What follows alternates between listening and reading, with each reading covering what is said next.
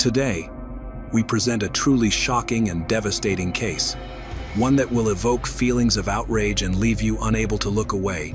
This is the kind of tragedy that forces us to ask, how far can obsession, jealousy, and the hunger for fame drive a person into darkness?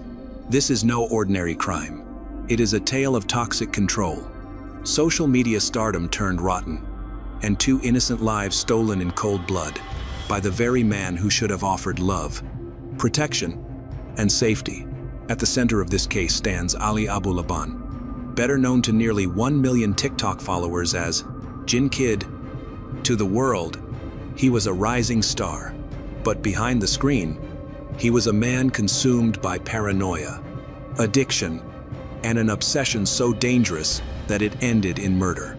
His estranged wife, Ana Abu Laban, and her friend, Rayburn Barron, paid the ultimate price. Stay with us until the end of this video, as we piece together the life of Ali Abu Laban, from his troubled childhood, to his rise on social media, and finally, to the chilling day when jealousy and rage erupted into cold-blooded murder. This is not just another true crime story. This is a harrowing descent into obsession, betrayal, and fame gone fatally wrong. A story you will never forget.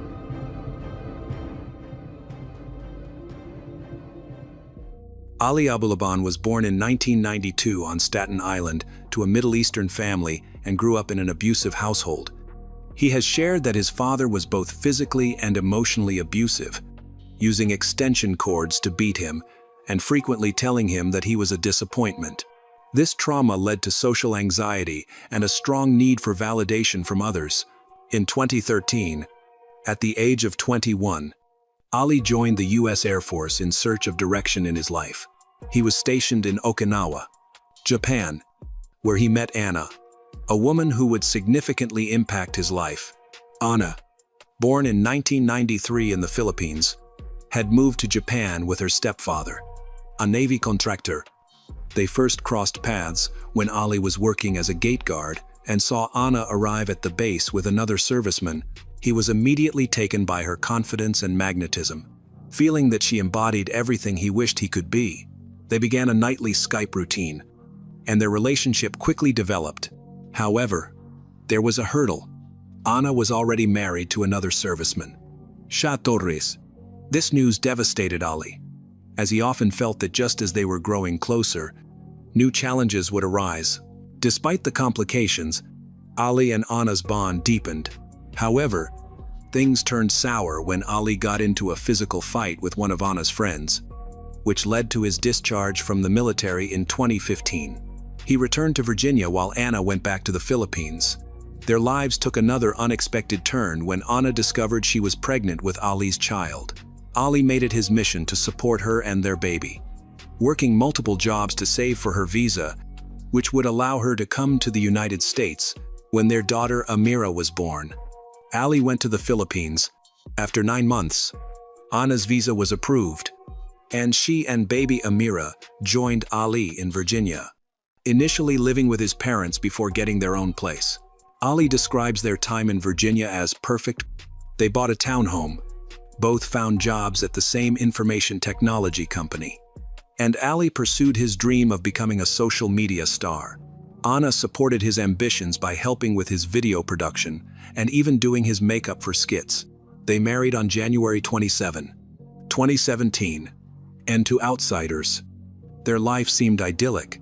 By 2019, Ali was gaining popularity on social media, posting under the handle Jin Kid on platforms like TikTok, Instagram, and YouTube. His content featured celebrity impersonations, particularly a popular impersonation of Tony Montana from Scarface. Anna often appeared in these videos, either assisting with production or joining him on screen. However, this portrayal masked deeper issues in their relationship. Behind the scenes, cracks were forming. Ali became increasingly jealous and controlling, frequently accusing Anna of infidelity. He often insisted that she leave work early to soothe his unfounded fears. Family and friends became concerned as they noticed Anna with unexplained bruises and overheard loud arguments. Despite the escalating situation, Anna assured her family that things would improve and that Ali had promised to change. Tragically, this is a common pattern in domestic violence. Victims often defend their abusers, clinging to the hope that their situation will get better. In February 2021, Anna persuaded Ali to move to San Diego for his career. She had friends there and loved the city's lifestyle and opportunities. They moved into a luxury apartment on the 35th floor of the Spire San Diego complex in the East Village neighborhood. However, the move marked the beginning of their relationship's deterioration. Both Ali and Anna started partying more, leading to Ali developing a severe cocaine addiction. His cousin, Louis Marinari, later reported that Ali openly used large amounts of cocaine in public places like restaurants and movie theaters. This cocaine abuse caused Ali to become paranoid and increasingly controlling, especially toward Anna and their friend, Rayburn Cardenas Barron, a 29-year-old man who had complimented Anna on her beauty. These compliments fueled Ali's jealousy, which gradually became a dangerous obsession. As Ali's behavior became increasingly erratic and abusive, Anna began to build her independence in San Diego. She made new friends, grew her social media presence, and envisioned a life beyond her toxic marriage, further aggravating Ali's jealousy and desire for control. Disturbingly, Ali began live streaming their arguments on social media, verbally abusing Anna in front of thousands of viewers. These broadcasts turned their private disputes into public spectacles of Ali's mistreatment. Anna frequently called the police, but the lack of visible injuries often prevented officers from intervening. Everything changed in early October 2021, when Anna learned from another woman that Ali had been unfaithful. This revelation shattered Anna's remaining trust in their marriage. For years, Ali had accused her of cheating and monitored her closely, but she eventually discovered that he was the one who was unfaithful. In a moment of frustration, Anna posted a TikTok video revealing Ali's infidelity. The video damaged Ali's carefully crafted online image, and it made him very angry. He demanded she remove it, which she eventually did, but not before it had already been seen by many. Ali blamed Anna for the damage to his reputation. By October 6, 2021, Anna had reached her breaking point. She moved out of their apartment and stayed with a friend, taking their 5-year-old daughter, Amira, with her. She was ready to escape the abuse and start anew. Unwilling to let go, Ali called her, offering to let her stay in the apartment while he would be at a hotel. This seemed like a reasonable compromise. Anna thought she could have the space she needed while they figured out their separation. However, Ali had secretly made a copy of their apartment key. His offer was not genuine but part of a sinister plan. On the morning of October 21, 2021, Anna dropped Amira off at school and returned to the apartment to settle back in, unaware that Ali had already entered using his copied key around 9 a.m. Security footage shows Ali arriving with luggage and spending time in the apartment. He vandalized the space by throwing a pumpkin and flowers on the floor. Most alarmingly, he installed a listening app on Amira's iPad, plugged it in, and concealed it behind the bed in the master bedroom. This was not a spontaneous act of anger, but a calculated attempt to monitor and spy on Anna, eavesdropping on everything that was going on in the apartment in real time. When Anna returned at around 11 a.m. and saw the messy state of the apartment, she felt shocked and upset. She called her friend Julia to let her know that she planned to clean everything up before Amira came home. Anna also said she intended to get a restraining order against Ali. Realizing she would need help, Anna reached out to her friend Rayburn, who agreed to come over and assist. At the same time, she asked Julia to pick up Amira from school so she could focus on cleaning. Meanwhile, Ali is at the hotel, eavesdropping through an app he installed on Amira's iPad. When he heard Rayburn's voice in the apartment, his paranoia and jealousy peaked, confirming his suspicions about Anna and Rayburn. What happened next shows Ali's premeditated intentions. Instead of rushing over in a blind rage, he used cocaine, later admitting it was the most he had ever taken. He armed himself with a loaded gun. Ali then drove to the Spire apartment complex, security footage from the building, and a neighbor's camera recorded his arrival around 2:50 p.m. The video shows him taking the elevator to the 35th floor. Once the elevator doors opened, he sprinted down the hallway toward the apartment. This was not someone there to talk. He was intent on a deadly confrontation, using a copied key. He entered the apartment and found exactly what he expected. Anna and Rayburn were sitting on the couch with cleaning supplies nearby, trying to address the mess he had created earlier. Audio recordings and witness statements indicate that the next sequence of events was quick and brutal. Within seconds of entering, Ali opened fire. Gunshots were captured about 1 second after he entered the apartment. With no conversation or argument beforehand, Rayburn was shot 3 times in the head and neck at close range. And then Ali turned the gun on Anna, shooting her in the head. Both were killed execution style while sitting defenseless. The situation worsened during his trial, where Ali detailed how calculated his actions were, mentioning that his gun jammed or needed reloading between shots. Instead of stopping, he continued the attack, showing that this was not a crime of passion but cold-blooded murder. After killing Anna and Rayburn, Ali calmly left the building.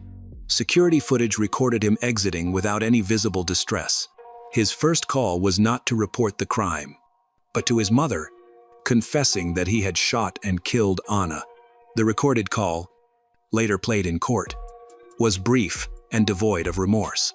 He then picked up his daughter Amira from school, informed Yulia, who was assigned to pick Amira up, that plans had changed, and took Amira away just minutes after killing Anna.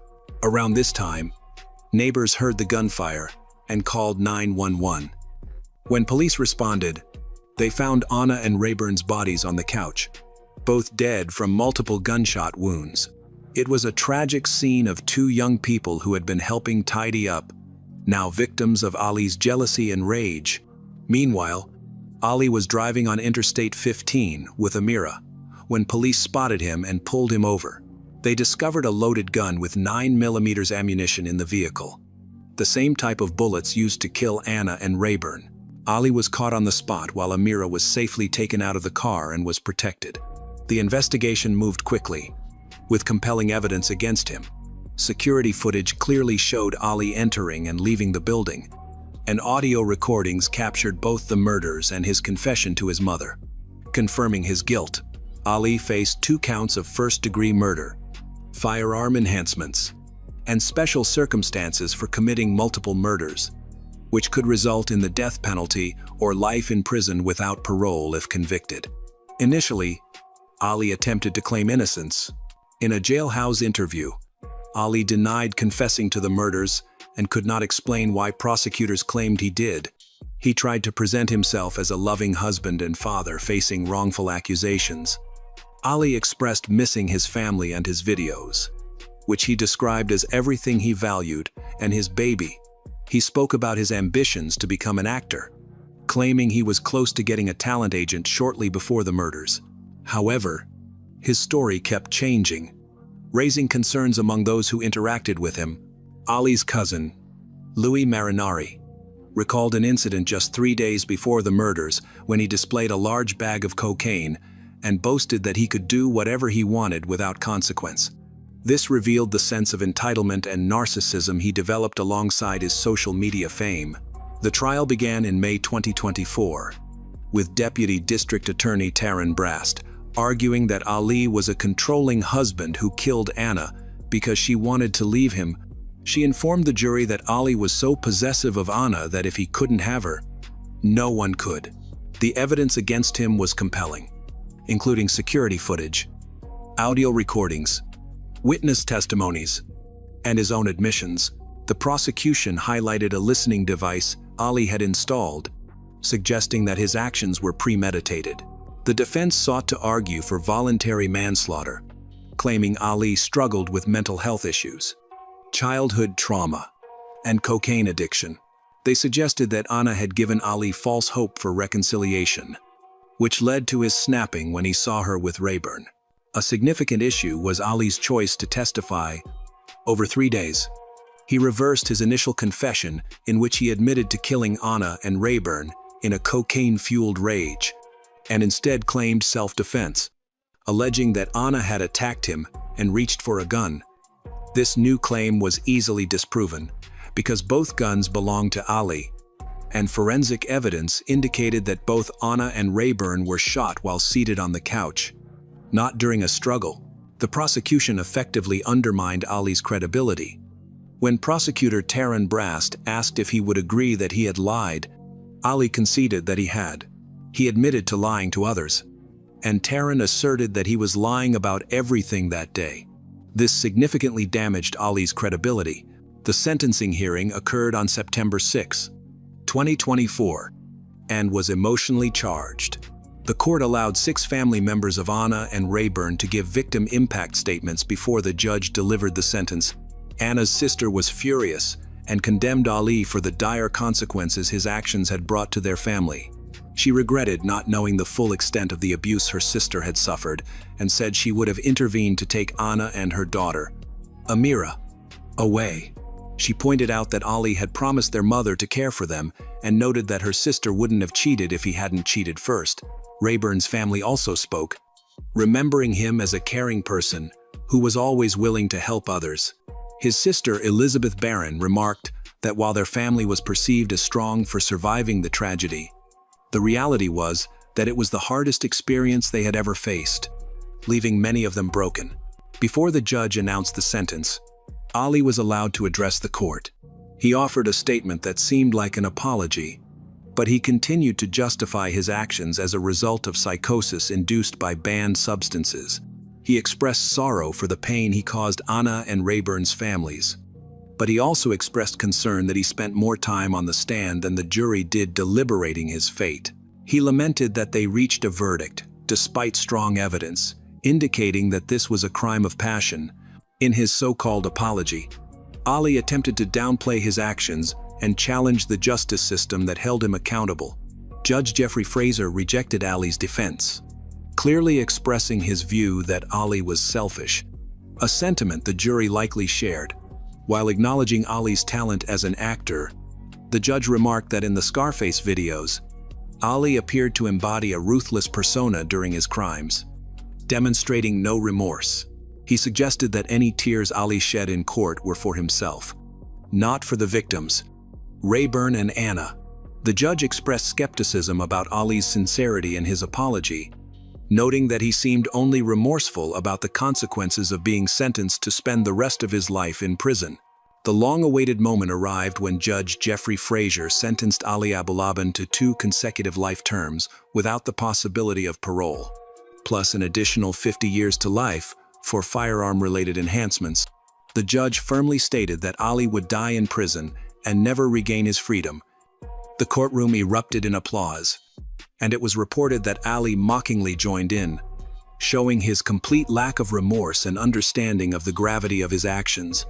Ana Abulaban, only 28 at the time of her murder, was a devoted mother who was finally breaking free from years of abuse. Rayburn, aged 29, lost his life simply for assisting a friend, when Ali's jealousy turned deadly. Tragically, their 5-year-old daughter, Amira, was left without both parents, growing up with the knowledge that her father had murdered her mother.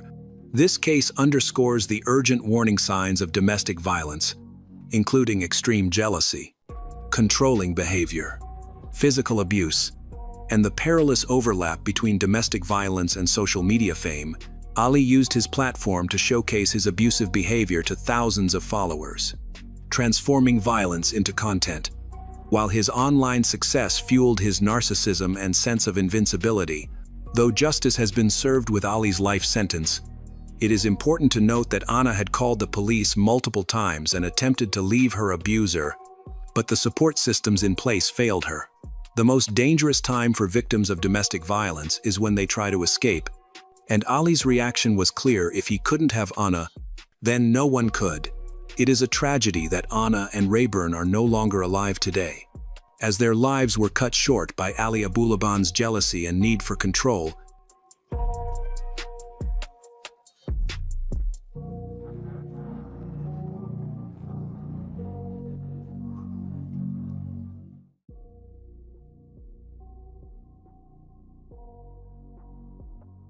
Teenage years can be a particularly vulnerable time in a person's life.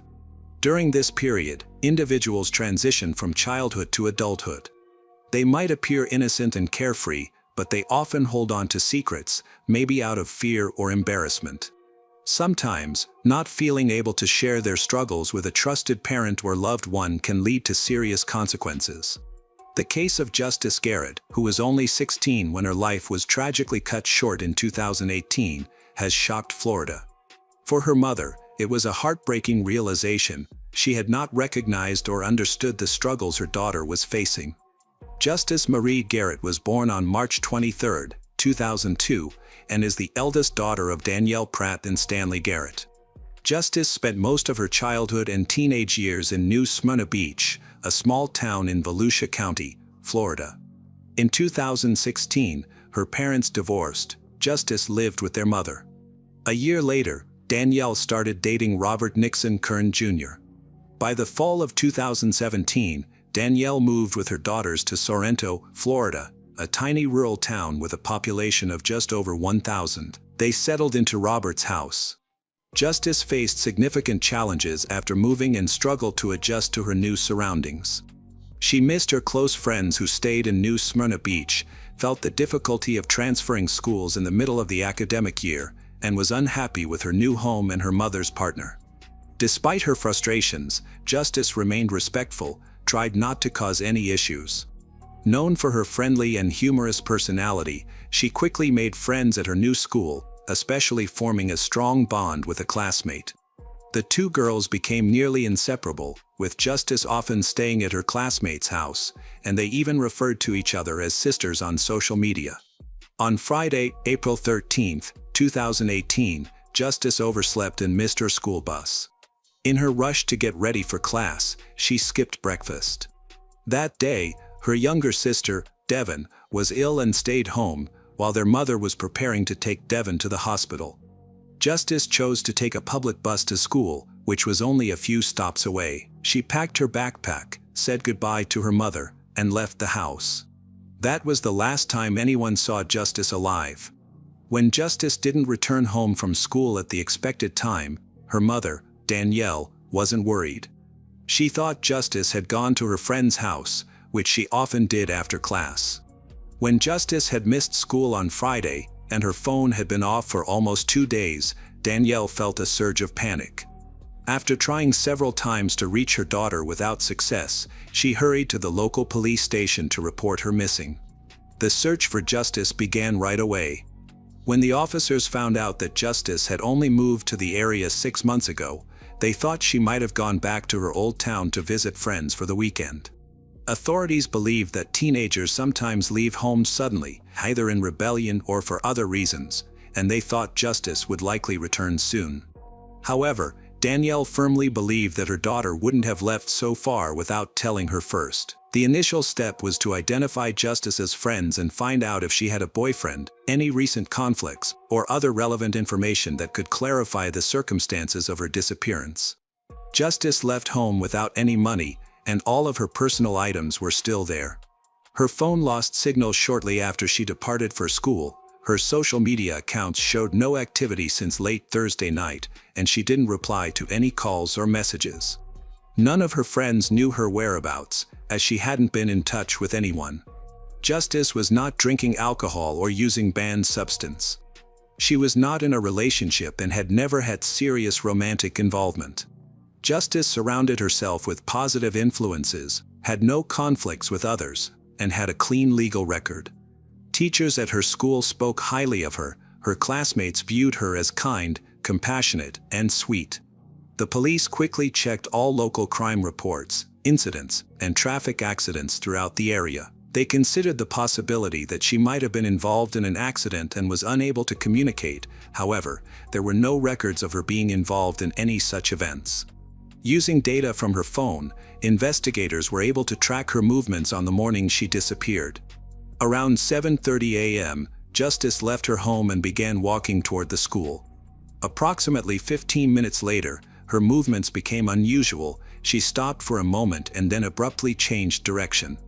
Shortly afterward, her phone was turned off. Justice's disappearance sparked rumors and speculation throughout the small, quiet town, where little ever happened. Any incident quickly became the center of attention, spreading through gossip and often embellished with falsehoods. On April 17th, for days after Justice went missing, a man alerted the police about a disturbing discovery he made in a wooded area outside of town. An experienced runner, he often jogged along a secluded trail that passed through a park and into the forest. That morning, while exploring the woods, he was struck by a strong, foul smell that seemed like decay.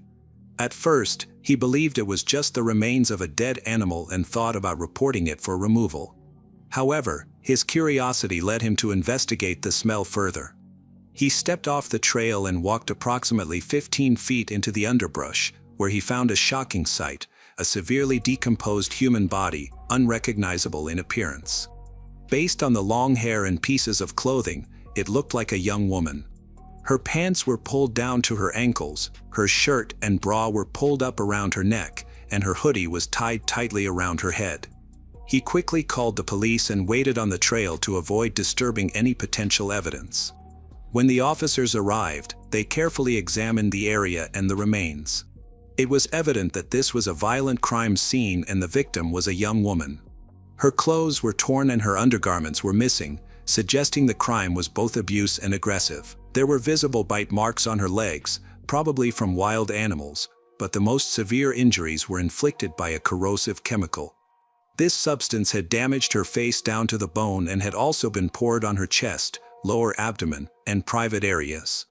It was clear that the perpetrator intended to disfigure the victim and remove any DNA evidence, which was unfortunately successful.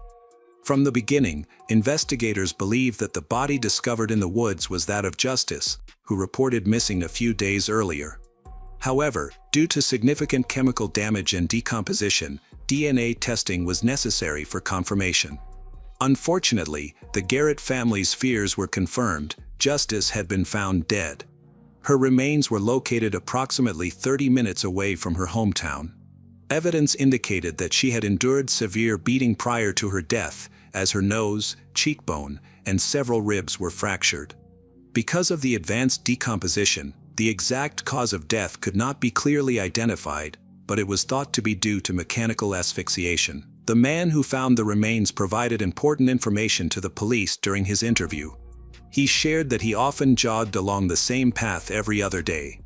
2 days before discovering the body, he had seen a suspicious man coming out of the woods near where Justice's remains were later located. Although the witness could not give a detailed description because he only saw the man briefly from behind and from a distance, he described him as a short, stocky white male dressed in jeans and a black hoodie. The man quickly left when he realized someone else was nearby and vanished behind the trees. At the time, the runner found the encounter strange but didn't think much of it. There was no noticeable smell of decay that day, so he pushed the incident from his mind. However, after he found the remains 2 days later, he remembered the unusual man on the trail and reported it to the authorities. Detectives quickly suspected that the unknown person in the woods could be the criminal behind the crime. They thought he might have returned to the scene to hide evidence. Experts identified the chemical used on the body as chlorine bleach. This, combined with the area's humid climate, sped up decomposition and made the remains unrecognizable. The jogger was eliminated as a suspect after passing a lie detector test and giving a strong alibi for the day Justice went missing. Justice's mother stated that her daughter intended to take a public bus to school that morning. However, security camera footage showed that Justice never arrived at the bus stop. A neighbor reported seeing Justice get into a car belonging to her stepfather, Robert. This information shifted the investigation's focus, prompting detectives to question Justice's parents again to understand why they hadn't been honest. Danielle, Justice's mother, quickly admitted that her partner, Robert, had recently lost his driver's license temporarily. Since Justice was running late that morning, he decided to give her a ride. Danielle had kept this information secret to avoid causing issues for Robert. At the time of the first interview, Justice's body has not been found yet. She thought Justice was still alive and would return home soon. Detectives quickly requested surveillance footage from cameras near the school to verify Robert's account. However, the recordings showed that Robert had neither dropped Justice off at school nor anywhere close by. His car was not seen on any cameras along the route to the school, raising questions about where they had gone. This indicated that Robert was likely the last person to see Justice alive. When questioned again, Robert confessed that he had driven Justice that morning despite having a suspended license. He explained that she had begged him not to take her to school but to the nearby town, where she allegedly had a meeting with a secret boyfriend. Robert claimed he did not know the name of this person and initially refused to take her, but eventually relented to her requests in an effort to improve their strained relationship. Justice had asked him not to tell her mother about this trip, assuring him she would return on her own later that day. She also said that since it was Friday, she planned to spend the night at a friend's house. Robert agreed, not seeing anything unusual or concerning about the situation. This new information brought a potential suspect into the investigation, a secret boyfriend. Investigators needed to find and identify him quickly, as he could either be connected to Justice's disappearance or, at the very least, might be the last person to have seen her alive. Law enforcement started their investigation by examining Justice's contacts and social media activity since her phone was still missing. They confiscated her laptop, which led to even more questions. Justice had several accounts on different social media platforms, where she regularly communicated with friends from both her real life and the online world, but no signs of romantic relationships or a boyfriend were found. One particular account, however, appeared strange and suspicious. Investigators concentrated on this profile to identify its owner and determine if it was linked to Justice's disappearance. A young man named Kevin had been increasingly interested in Justice Garrett over the past few months. He messaged her every day, liked her posts, and complimented her photos. However, Justice appeared uninterested. She seldom replied, often ignored his messages, and showed no intention of keeping in touch. Justice's friends later revealed that she had talked about a persistent admirer who frequently messaged her on social media, but she found him more bothersome than charming. Kevin's profile indicated that he was 2 years older than Justice and lived in the same town. The profile included only a few pictures of an athletic and attractive young man, but none of Justice's friends or family had ever met him in real life. Eventually, it was uncovered that the account was fake, with the photos taken from the internet. Experts promptly accessed the account and traced its creation. The investigation showed that the account didn't belong to a teenager but was linked to an adult man named Robert. Justice's stepfather was brought in for questioning. Detectives wanted to know why he had created a fake account to communicate with his stepdaughter and why he hadn't mentioned it before. Robert seemed taken aback that investigators had discovered his link to the account, but he quickly regained his composure and provided an explanation. He stated that he had created the account to help boost Justice's self-esteem, suggesting that as the new girl in town and at school, she might enjoy getting compliments from a seemingly attractive young man. Justice was new to the area, but she quickly fit into her school and made many friends. Recently, however, her close friends noticed changes in her behavior. The cheerful and carefree teenager became more tense and nervous. Although she didn't share the reasons for this change, she often stayed at her best friend's house. Justice spent so much time there that it felt like she had moved in, yet she never told her best friend what was bothering her.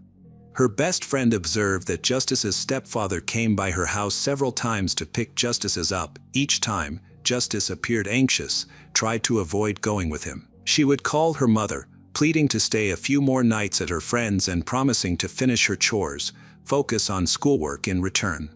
Danielle typically agreed to her requests. Robert and Justice reportedly had a difficult relationship from the beginning, a fact known to her friends.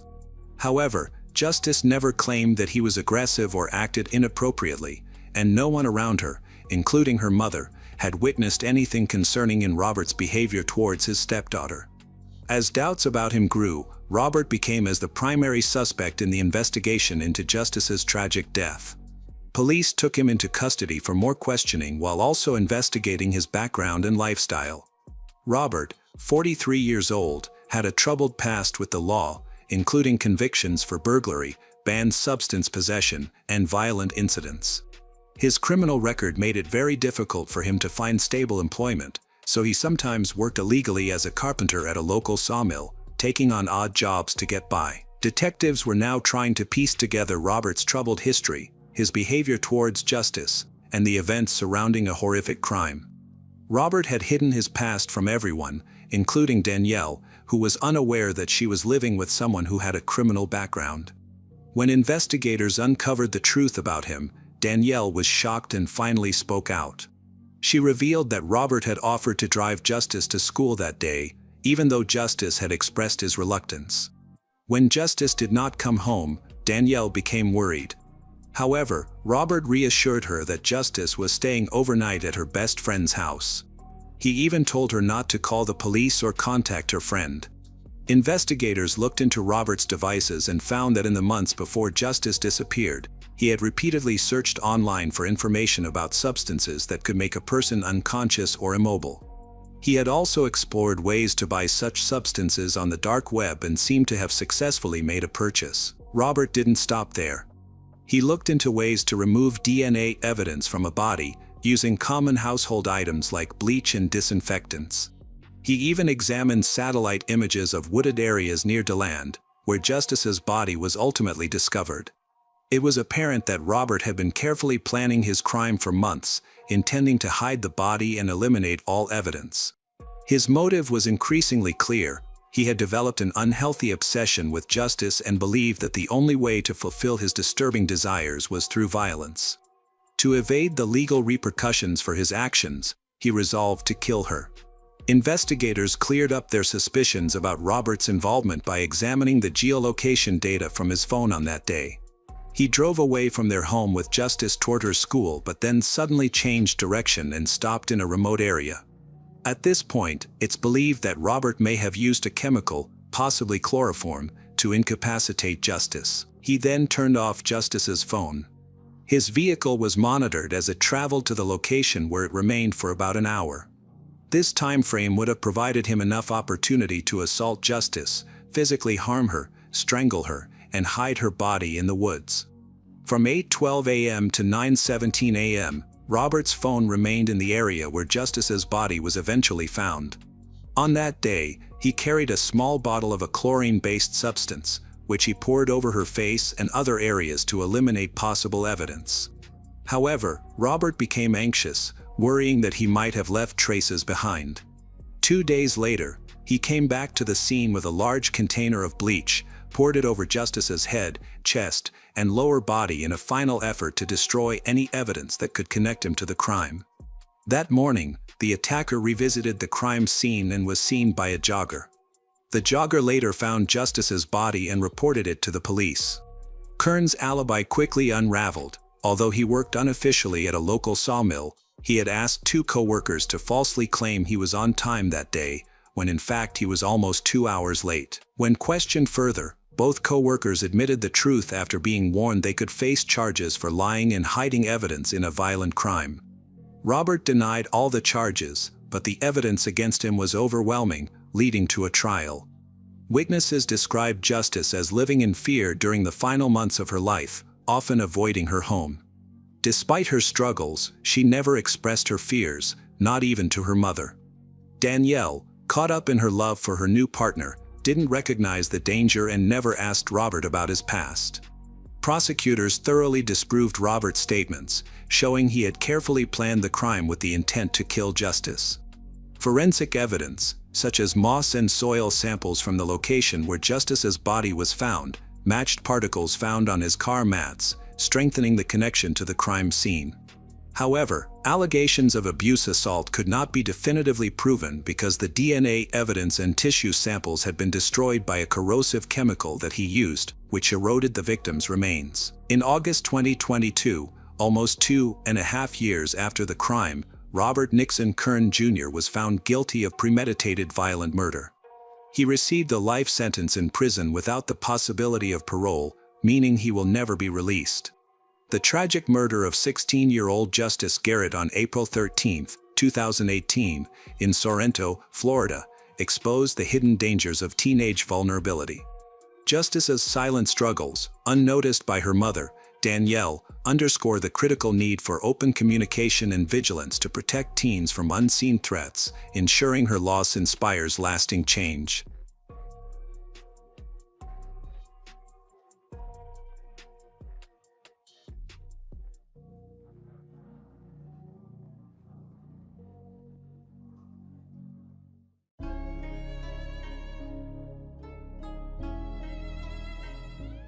Kitzbühel is a small Austrian town located with a population of just over 8,000 people. Despite its size, more than 20,000 tourists visit every winter, drawn by the local mountain slopes. For many decades, this place has been known as a winter resort for the wealthy. Additionally, there are numerous celebrations that attract athletes and fans from around the world. Since October 2018, the ski slopes have been prepared before the winter season. The hotels and tourism companies have been making the final preparations to welcome numerous guests. However, the joyful events were overshadowed by the horrific murders. Nadine Hinterholzer was born in Austria, grew up in a close-knit family. From an early age, she was energetic, cheerful, and quite pretty. She had a large circle of friends who loved her for her straightforwardness, good sense of humor, and pleasant demeanor. Nadine lived with her parents and older brother in a spacious house in Kitzbühel. At the age of 14, significant changes began in her life when she met a guy named Andreas E., who was 20 at the time. He already looked like an adult, while she was still a teenager. A 6-year age difference at that age can seem significant. Despite this, they felt a mutual attraction. After several dates, they began a romantic relationship in secret from Nadine's relatives. Eventually, they both realized that age could pose the greatest obstacle in their relationship.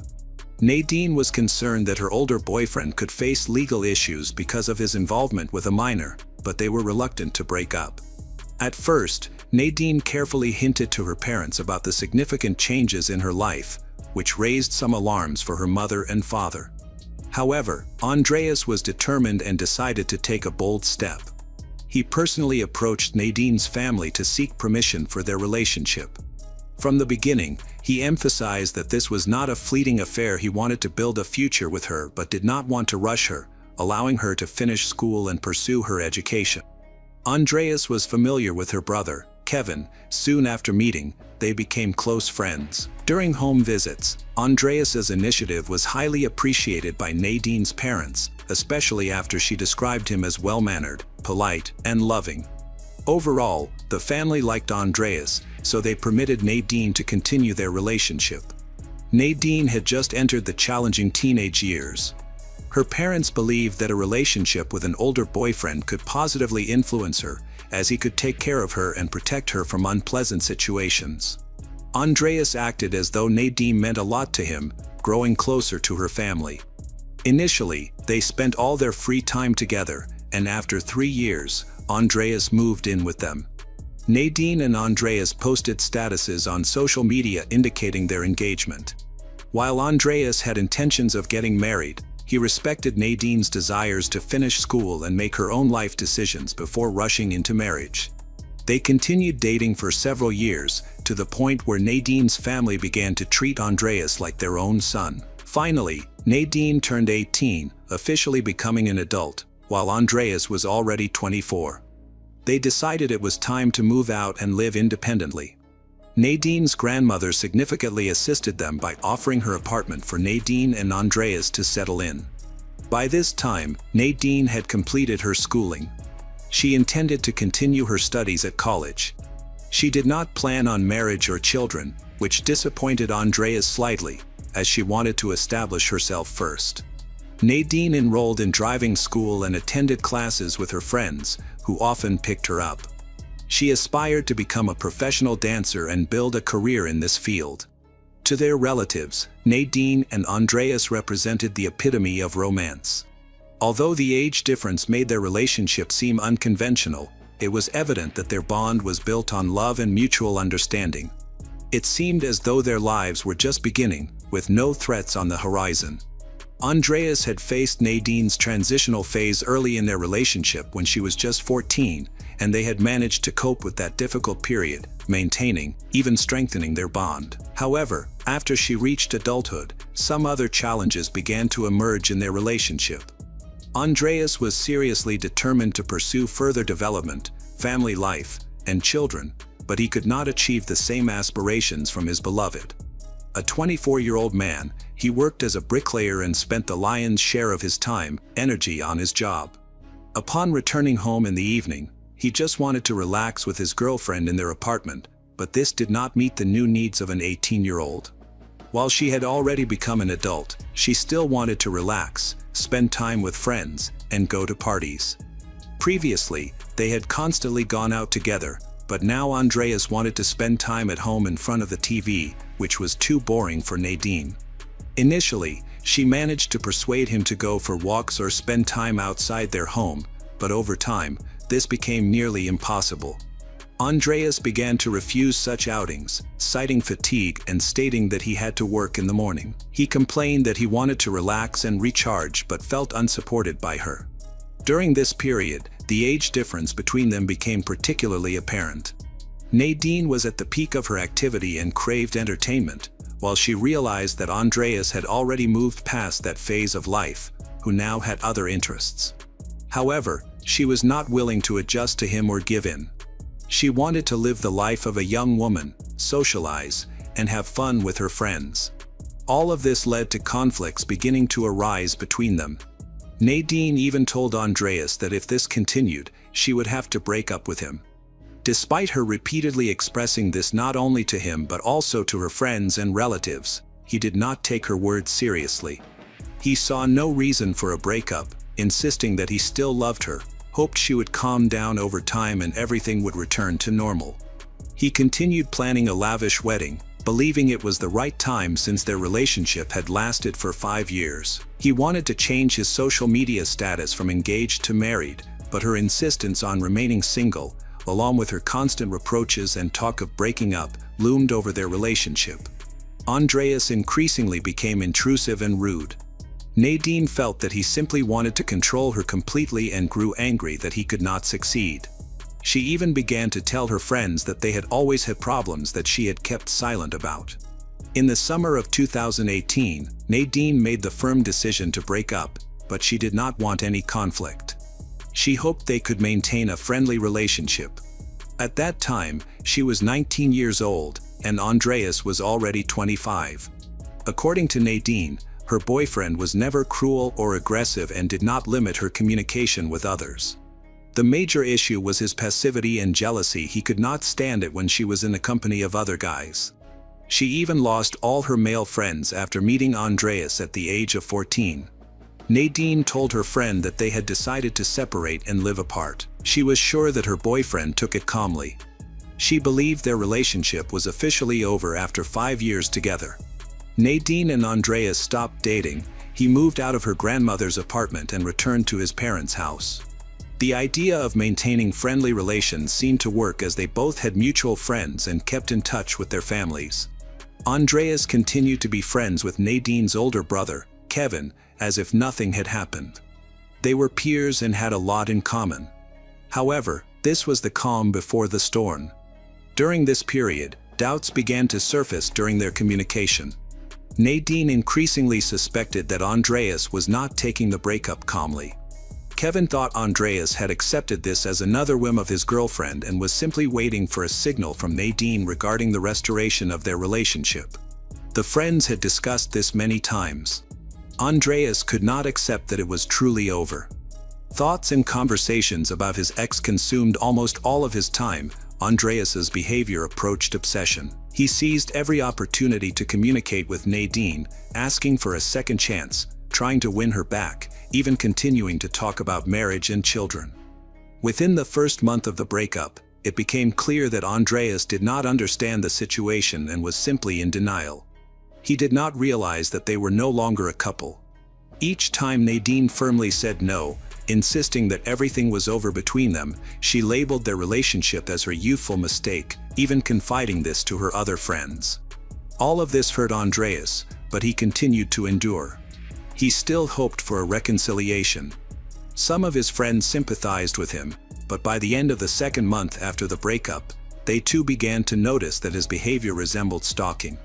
He showed up everywhere Nadine went, always initiating conversation. Andreas's persistence caused Nadine to start avoiding him. She tried to gently indicate that their relationship was over, but he only became more determined.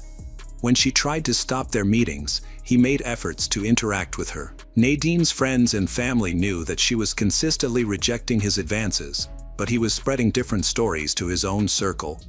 Even 2 months after the breakup, he still believed that she wanted to be with him and thought she was only trying to make him pursue her. Kevin tried to tell Andreas to move on and date other girls, but he remained stubborn. As of October 5, 2018, the situation remained unchanged. Nadine and Andreas had officially been separated for 3 months. Nadine's entire family was aware of the breakup. Even his parents tried to convince him to reconsider. That evening, Andreas spent time with Kevin. They visited several bars but didn't stay long in any of them. Eventually, they ended up at one bar, where Kevin unexpectedly saw Nadine.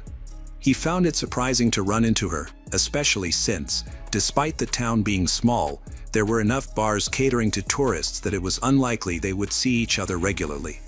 Andreas appeared to either be following Nadine, receiving updates on her location, or simply searching for her as he moved between various places throughout the evening. Kevin knew that for the past 3 months, Andreas had been claiming that he and Nadine loved each other and intended to get married once he won her back. While similar situations had occurred before, this time things were different. Nadine was not just with her friend, she was also accompanied by another man. When Andreas noticed this, he instantly became angry, approached Nadine, taking her hand and starting an argument. He attempted to pull her out of the bar, but she resisted. Her 24-year-old friend, Florian Jani, intervened, positioning himself between Andreas and Nadine. He insisted that he was merely a friend and not romantically involved with her, claiming they had only just met. Nonetheless, Andreas was not calmed by this explanation. He was furious that Nadine was spending time with another man and struggled to contain his anger, nearly provoking a fight in the bar. Nadine, Florian, and her brother worked hard to soothe him, prevented Andreas from asserting control over Nadine. After significant effort, they managed to calm him down, though he was still in tears. Feeling overwhelmed, Andreas chose to leave the bar, not wanting to remain in that environment. Kevin stayed behind with Nadine and Florian, worried about their safety. Andreas' outburst was alarming, and now Nadine felt genuinely concerned for her well-being. She didn't want to remain in the bar either, but feared that her ex might be waiting outside. After waiting to ensure Andreas had left, the entire group decided to walk Nadine home. Florian drove her back, even offered to stay the night to help her feel safe. Overwhelmed by fear, Nadine accepted his offer. This choice would prove to have significant consequences. Around 4 a.m., Andreas could no longer contain his jealousy and chose to contact his ex again. When he reached her house, he noticed an unfamiliar car in the driveway, which he recognized as Florian's. It became clear that Andreas hadn't gone home after leaving the bar. Instead, he had remained in the parking lot, secretly watching the group. He observed that Florian was with Nadine, while no one else had left the house. This only fueled his anger. Andreas suspected that Nadine was lying and dating someone new. He felt they were enjoying themselves together without a care. He resolved to confront both Nadine and Florian about the situation. Furious, Andreas jumped out of his car and started ringing the doorbell while banging on the front door. Instead of Nadine and her friend, her father, 59-year-old Rupert, answered. He came out to calm Andreas, who was shouting. Rupert insisted it was too late for arguments and asked Andreas to leave until morning, when they could discuss everything calmly. Rupert was aware of the situation involving Florian at the bar, reassured Andreas that Nadine and Florian were just friends. Understanding and approachable, Rupert shared a cigarette with Andreas, invited him to talk outside on the street. They had a conversation on various topics, as Rupert probably hoped this would soothe Andreas and persuade him to leave. Having known each other for several years, Andreas had become a valued member of Nadine's family. Nadine's parents treated him well, which is why Rupert chose not to call the police to remove his daughter's ex-boyfriend. After speaking with Rupert, Andreas seemed to feel less agitated. He got into his car and drove off, while Rupert returned inside to go to bed. However, just a short distance down the road, Andreas began to feel annoyed again. He came back 15 minutes later, knocking on the door and ringing the bell, which disturbed everyone in the house. Nadine and Kevin came out to confront him. Unlike Rupert, they were very upset, wanted to make it clear that Andreas needed to leave. A new argument broke out at the front door. No one was holding back their words. Nadine was determined to completely cut off ties with her bothersome ex and insisted that there should be no further relationship between them. She demanded that he vanish from her life for good. Kevin backed his sister, stating that their friendship was overdue to Andreas's stalking behavior. He was worried about Andreas's unhealthy actions and wanted nothing more to do with him. Meanwhile, Andreas felt betrayed, convinced that Nadine had been unfaithful and that Kevin was protecting her. He now felt abandoned by Kevin, who he believed should have supported him instead. Before leaving, Andreas tried to find out if Nadine had cheated. However, she firmly told him it was not his concern since they hadn't been dating for several months. At that moment, Andreas had a shocking realization: Nadine had actually broken up with him 3 months ago, and all his attempts to win her back were in vain. No one expected him to pursue her anymore. Feeling angry, Andreas decided to go home, choosing to avoid confronting his feelings of hurt. At 5:30 a.m. on October 6, 2018, Andreas returned to his ex's house. He began knocking on the door and ringing the doorbell, but he did not shout. This time, Rupert responded. He was already very irritated because Andreas had kept the whole family awake the previous night. When Rupert opened the door, he intended to angrily chase Andreas away and threatened to call the police, but he was cut off before he could finish.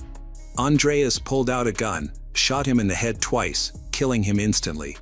He then stepped over Rupert's body and entered the house. Nadine's mother, 51-year-old Andrea, rushed outside when she heard the noise. Tragically, she became the next victim. Andreas then attacked Kevin. He went upstairs and attempted to enter Nadine's room, but Nadine and Florian had locked the door. Andreas determined that the quickest way to reach her was through the balcony. He went outside, climbed the bars on the building's facade, broke the window, opened fire on both Nadine and her friend Florian.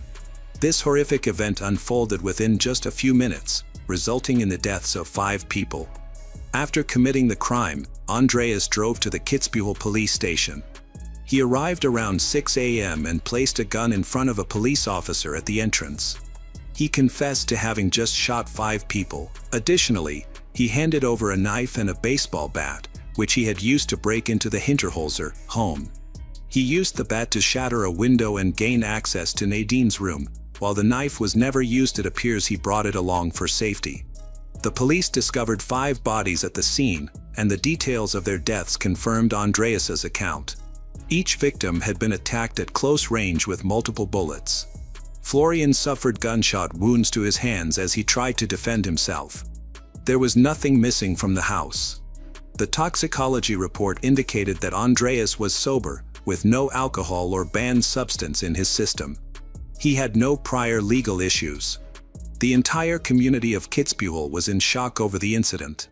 In this close-knit town, crimes, especially such violent ones, were extremely rare. All the neighbors were familiar with the Nadine family, known for their kindness and helpfulness. They had good relationships with everyone in the area.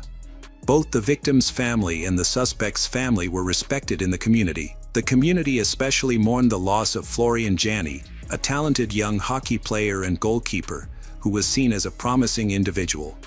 His compassion for Nadine ultimately led to his tragic death. Friends who knew Nadine well later stated that she had no romantic involvement with Florian. They were simply friends who enjoyed good conversations. However, some speculated that Florian stayed the night to protect her, and suggested that they might have already begun dating. Following the tragedy, a small memorial with photographs of the victims was set up in the local church. Over the course of the month it remained there. More than 1,000 heartfelt notes were left by mourners and caring individuals in memory of the victims. Andreas had been in custody in a special cell designed for inmates needing extra supervision. The police considered him at high risk for end one's own life, so they monitored him closely. He spent 23 hours a day in solitary confinement and was allowed only 1 hour outside to walk in the yard. When the family of Andreas learned what had happened, they addressed the town's residents, expressed their condolences. They also informed the police that a gun belonging to Andreas's brother was missing. The brother had a permit for the firearm, which he kept at home for self-defense. Unfortunately, Andreas knew how to access it and where the key to the safe was. The gun's serial numbers matched, and Andreas confirmed that he had stolen the gun from the house. At a press conference, Andreas's parents expressed their belief that he should face appropriate consequences for his actions. They mentioned that their son's mental health had declined while he was in prison. Despite widespread public anger, the family attempted to explain Andreas's behavior. His father stated that Andreas had been struggling with depression, particularly following his breakup with Nadine.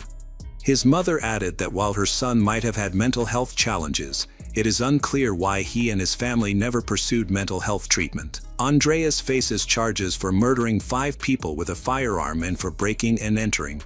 Andreas's lawyer intends to base their defense on his client's questionable mental state.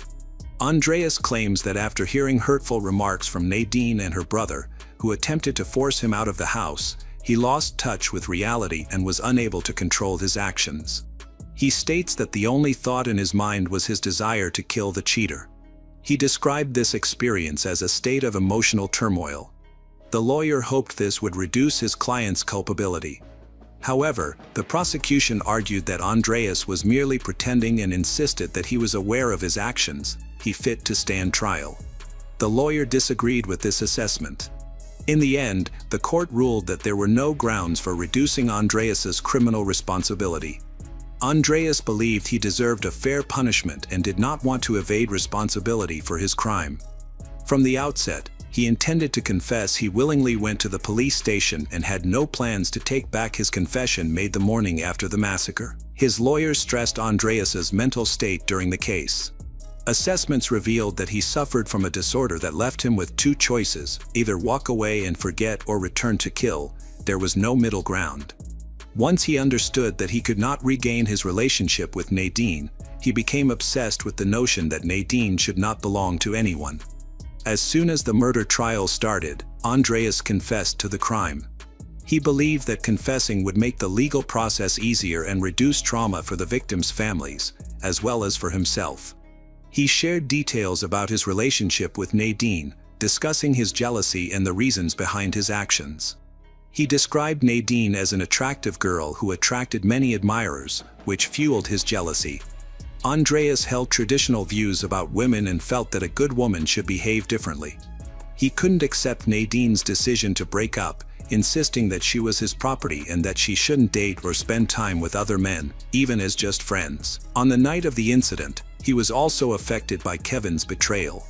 Nadine's parents were annoyed with Andreas, and he was afraid of losing her entire family, with whom he felt closer than to his own. He claimed that after the breakup, his family did not provide the support he desperately needed, leading him to lose 10 kilograms. Ultimately, in a moment of rage, Andreas lost control and killed them all. Andreas showed remorse and offered condolences to the families of his victims, but some believed he was merely trying to get a lighter sentence. Prosecution witnesses testified that Nadine continuously told Andreas that their relationship was over. Despite this, he kept asking for another chance, hoping to get back together, and he stalked her without truly grasping the situation. During the hearing, Andreas came across as insecure. He spoke softly, often mumbling to himself, and cried during emotional moments. At times, he seemed to misunderstand the gravity of what happened, viewing it as an accident. The prosecution contended that there was clear evidence of a brutal, premeditated murder involving 5 victims. They argued that Andreas had ample time to think through his actions as he drove to and from his ex-girlfriend's house. When he returned home, he took 3 items: a gun, a knife, and a baseball bat, indicating that he had meticulously planned his actions. The choice to take a knife suggested he intended to ensure there would be no survivors among Nadine's family and her friend Florian. During the hearing, the prosecution pointed out that Andreas had changed his marital status on social media from engaged to widower. Andreas claimed that this change occurred shortly after Nadine's murder, but some friends and acquaintances suggested that Andreas may have done so intentionally beforehand. Just a few months after their breakup, he started reacting more aggressively to Nadine's rejections. He often expressed a desire for her to be dead and sent messages accusing her of dating someone new, voicing a wish to kill that person. At the time, these statements were not taken seriously. The lawyer argued that these were simply emotional responses to rejection, which Andreas struggled to accept. However, this did not necessarily mean he intended to kill her. Nadine's friends mentioned that she had been feeling fearful of her ex lately and had been trying to avoid him as much as she could. She discovered that Andreas had been engaging in violent acts, such as beheading chickens with a machete and torturing cats. His actions appeared to be quite dangerous. During the trial, the defendant struggled to answer many questions, especially regarding why, in addition to Nadine, her friend Florian, brother Kevin, and her parents were killed. The lawyer argued that this showed Andreas lacked control over his actions and didn't fully grasp what was happening. However, the Austrian justice system made a definitive ruling: the murder of 5 people could not be seen as a mitigating factor. The idea that Andreas was insane was dismissed. By the end of the trial, he was found guilty and sentenced to life in prison. Nevertheless, this doesn't mean he will be incarcerated for life. In Austria, individuals with life sentences are often released after an average of 21 years. Furthermore, the lawyer vowed to continue advocating for his client's release and planned to file appeals.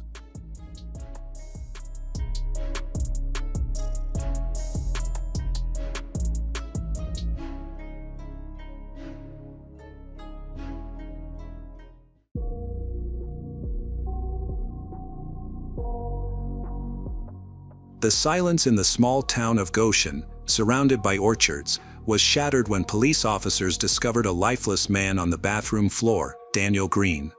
On February 6, 2015, at noon, his colleagues became concerned when he didn't arrive for his shift and went to check on him.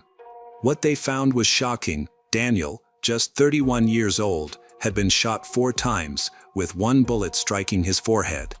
Neighbors reported not hearing anything unusual. There were no clues to identify the shooter. There was no weapon, no DNA evidence. It seemed the perpetrator had meticulously covered their tracks. Daniel Green spent his entire life in Goshen. He worked for 11 years in the California Police Department and earned the respect of the town's residents. Passionate about his job, he always wanted to make a positive impact on the community, where everyone knew and trusted each other. Tragically, it was here that his life came to a sudden and harsh end. The police launched their investigation, quickly turning their attention to Daniel's personal life. Since his divorce from 27-year-old Erica Sandoval, he had been living alone. Their relationship was complicated. Even after separating, Erica continued to meddle in Daniel's life, trying to control him despite their official split. On February 6, 2015, Erica showed up at the scene shortly after receiving a message from a friend. She entered the house, crying uncontrollably in front of the officers. She claimed that she hadn't seen Daniel that day and was not involved in the incident. However, her actions raised red flags for the investigators. She arrived too quickly, displayed excessive emotion, and there were many unanswered questions surrounding her involvement. The death of Officer Green impacted the Tulare County Sheriff's Department profoundly. His colleagues began to question whether his tragic end was connected to his work or if it stemmed from personal issues. As the questions multiplied, one thing became clear: these mysteries needed to be resolved quickly. Investigators meticulously examined motives, connections, and personal conflicts, ensuring that no detail was overlooked. Matt and Misty, Daniel's twin siblings, were deeply affected by their brother's loss. They grew up in Porterville, a small town in California, where they shared a dream of working in law enforcement. Matt initially joined the police force but later shifted to a career in law. In contrast, Daniel remained dedicated to his role in law enforcement, advancing to the position of officer and taking pride in his chosen path. Their sister consistently supported them and felt proud of her brothers. Daniel Green was known for both his career in the police force and his love for motorcycles. He was a member of a motorcycle club, where he enjoyed the thrill of riding and the feeling of freedom it provided. A close friend of his, James, often joined him on rides through the countryside, cherishing those moments on the road together. Daniel's personal life was quite active. He enjoyed dating and rarely spent time alone. For a while, he would frequently arrive at family events with different girlfriends each month. This pattern continued until late 2009 when he met Erica Sandoval, a 22-year-old nurse. Meeting Erica changed his life completely. He fell deeply in love and decided to take a step towards settling down. At that point, both of his siblings were already married, while he had been single. However, with Erica, it felt different. Daniel was truly captivated by her. A close friend of Erica revealed that Erica was very much in love with Daniel at the start of their relationship. Their connection was strong, and they initially appeared to be the perfect couple. However, Daniel's sister observed that although Erica was generally friendly, she could quickly become upset if things didn't go as she wanted. As time went on, stress accumulated in their relationship, leading to regular conflicts and arguments. Erica grew up in Southern California in a middle-class family. She had a brother who recalled that Erica, as their parents' only daughter, always felt special. Her parents pampered her, striving to provide her with the best of everything. As a result, Erica never faced hardship or mistreatment. She came to expect that her wishes would be met without hesitation. With the constant support and attention from her parents and brother, she developed a sense of entitlement and believed she deserved special treatment. Daniel Green, 26, and Erica Sandoval, 23, shocked their family and friends by secretly getting married in Las Vegas. They didn't inform anyone beforehand. Daniel's brother and sister were taken aback when they received a late-night message that included a photo of the marriage certificate. A few weeks later, the couple hosted a small celebration for their close friends, where Erica wore a white dress and Daniel donned a black suit. Despite seeming happy, Daniel and Erica's relationship was not perfect. A friend and fellow motorcyclist of Daniel's recalled that even before they got married, they had a serious fight where Erica used a razor to damage the furniture in Daniel's home. His friend considered this a troubling sign that should not have been overlooked. Daniel's brother, Matt, also saw the damage firsthand and was worried, but Daniel dismissed it as just an emotional outburst. Tensions continued within the family. During one argument, Matt and their sister heard Erica shouting at Daniel from another room and saw him break down in tears. Matt described it as one of the most painful moments of his life, feeling devastated to hear his brother cry. Intervening in Daniel and Erica's relationship was challenging. The Green family faced tough times growing up. Daniel's brother and sister recalled how they, along with their mother, suffered from their stepfather's abuse. He had a criminal background, drank heavily, and used banned substance. To shield their younger sister, Matt and Daniel, being older, often took the worst of the abuse. Eventually, their mother obtained a restraining order, and shortly after, their stepfather died. These experiences deeply affected each of them. Daniel's relationship with Erica mirrored the troubling dynamics of his childhood. Family members observed that Erica exerted control over Daniel, isolating him from friends and family while also belittling him verbally. Even though Daniel was a police officer who frequently dealt with victims of domestic abuse, he struggled to acknowledge that he was in a similar situation. He realized he was becoming a victim but felt powerless to change his circumstances due to fear, shame, and a reluctance to admit weakness. Just like women, many men often do not report domestic abuse for these same reasons. The problems in Daniel and Erica's marriage escalated in February 2011 when a neighbor witnessed a heated argument between them. Erica was shouting and provoking Daniel, pushing him to his limits. He tried to maintain his composure, aware that losing control could jeopardize his career. In a moment of desperation, he asked the neighbor to call emergency services to intervene. The police arrested Erica, but despite the seriousness of the situation, Daniel chose not to press charges, resulting in her quick release. This incident marked a turning point for Daniel, leading him to decide that their relationship was over. In January 2012, just a year after their official marriage, they divorced and separated. A few months later, Erica informed her friends that she was pregnant with Daniel's child.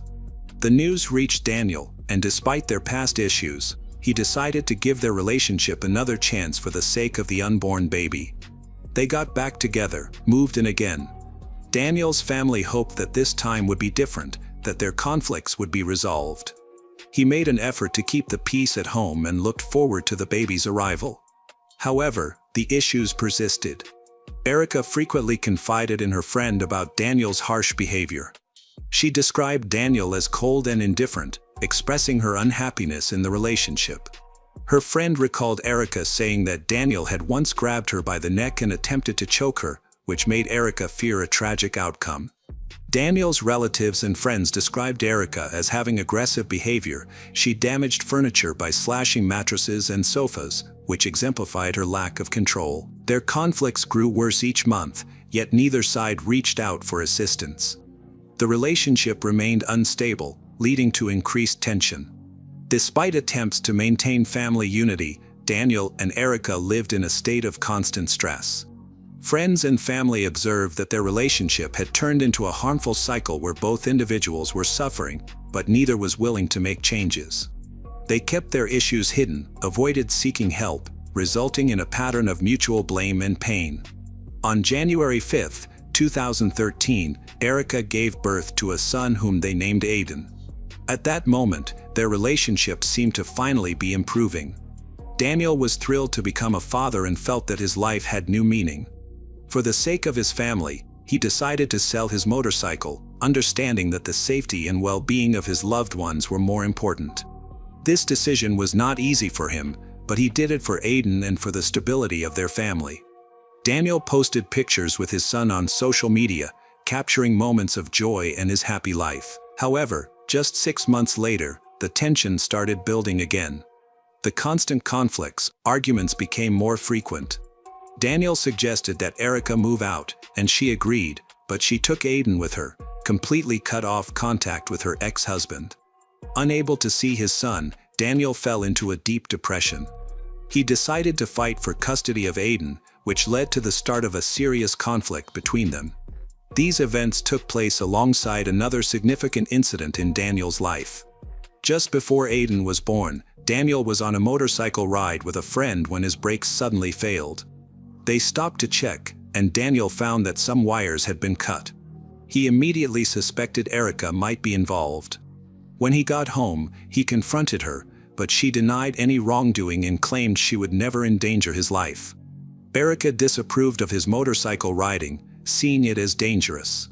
Their arguments increased after the brake incident, creating more tension in their relationship. Daniel chose not to involve the police and kept the incident to himself to avoid drawing escalating conflicts. He recognized that their situation was becoming unhealthy, but he decided to stay silent in hopes of managing the fallout. After selling the motorcycle and welcoming the birth of his son, Daniel hoped for a calmer period in their family life. However, conflicts and tensions persisted. In the fall of 2014, during another night spent together, Daniel experienced a frightening incident that shook him deeply. In the middle of the night, he suddenly woke up to find Erica standing over him with a gun. She pointed it at him, claimed she had a nightmare in which he had been unfaithful. Erica expressed her desire to end his life to escape the pain of betrayal. Daniel calmed her down by reassuring her that it was just a dream and that he had always been faithful.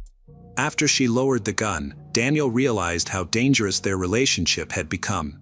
He shared the incident with his friends and concluded that it was time to end the toxic relationship for good. In January 2015, despite previous conflicts, Daniel and Erica came together to celebrate their son Aiden's second birthday with close family.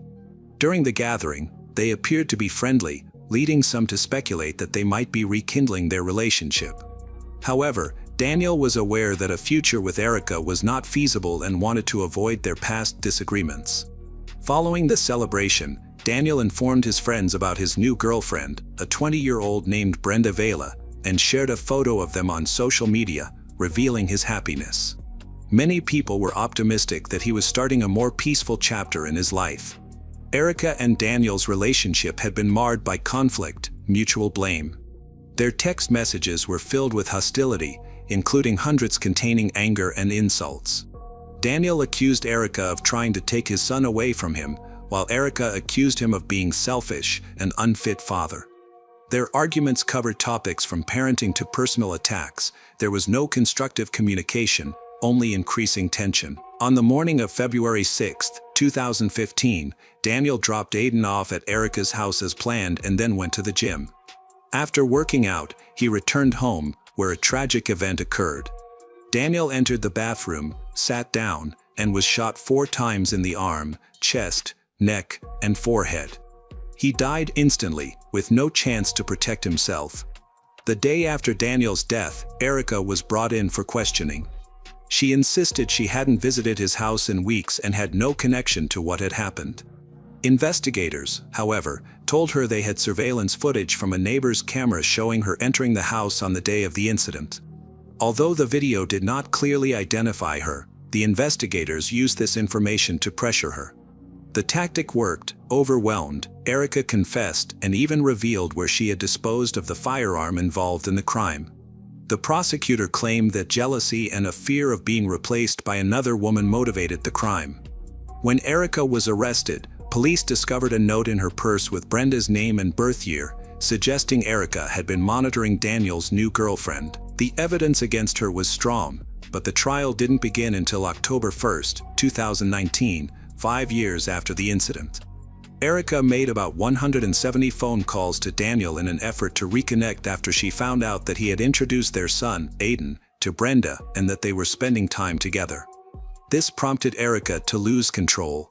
The prosecutor also mentioned that after the crime, Erica deleted several messages from Daniel's phone where she had tried to persuade him to believe she would change and improve. However, Daniel made it clear that he wanted nothing to do with her. He intended to move forward with his life.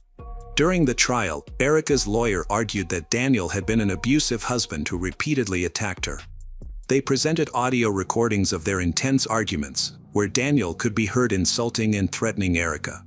These recordings were vital to her defense, highlighting the aggression and cruelty in their relationship. In court, Erica detailed the abuse she suffered over the years. She stated that Daniel physically assaulted her, choked her, and made threats against her. Erica explained that she lived in constant fear and refrained from reporting the abuse to the police because she felt it would be pointless. She believed that, as a police officer, Daniel could sway any investigation and that he was too powerful for her to seek justice. Erica also thought that people would not believe her because Daniel was well respected in their community. On February 5, 2015, the day before the incident, Erica said she had a phone conversation with Daniel. During their conversation, they flirted, which gave her hope of rebuilding their relationship. The following day, she decided to visit his house to see if they could reconnect. Upon entering, she noticed 2 firearms on the table, which made her feel uneasy. Curious, Erica explored the house further and discovered a partially open safe in one of the rooms. Inside the safe, she found 2 intimate photos of individuals who she believed looked underage. This discovery shocked her and made her worried that Daniel could be a danger to their son. Erica said that seeing the photos changed how she viewed Daniel. She recalled how he had made her wear school uniforms and started to realize that his interests might be more sinister than she had assumed. After putting the documents away, Erica heard a car pull up. It was Daniel. In a panic, she grabbed 2 loaded guns and hid in one of the rooms, unsure of what to do next. When Daniel entered the house, he moved through the rooms.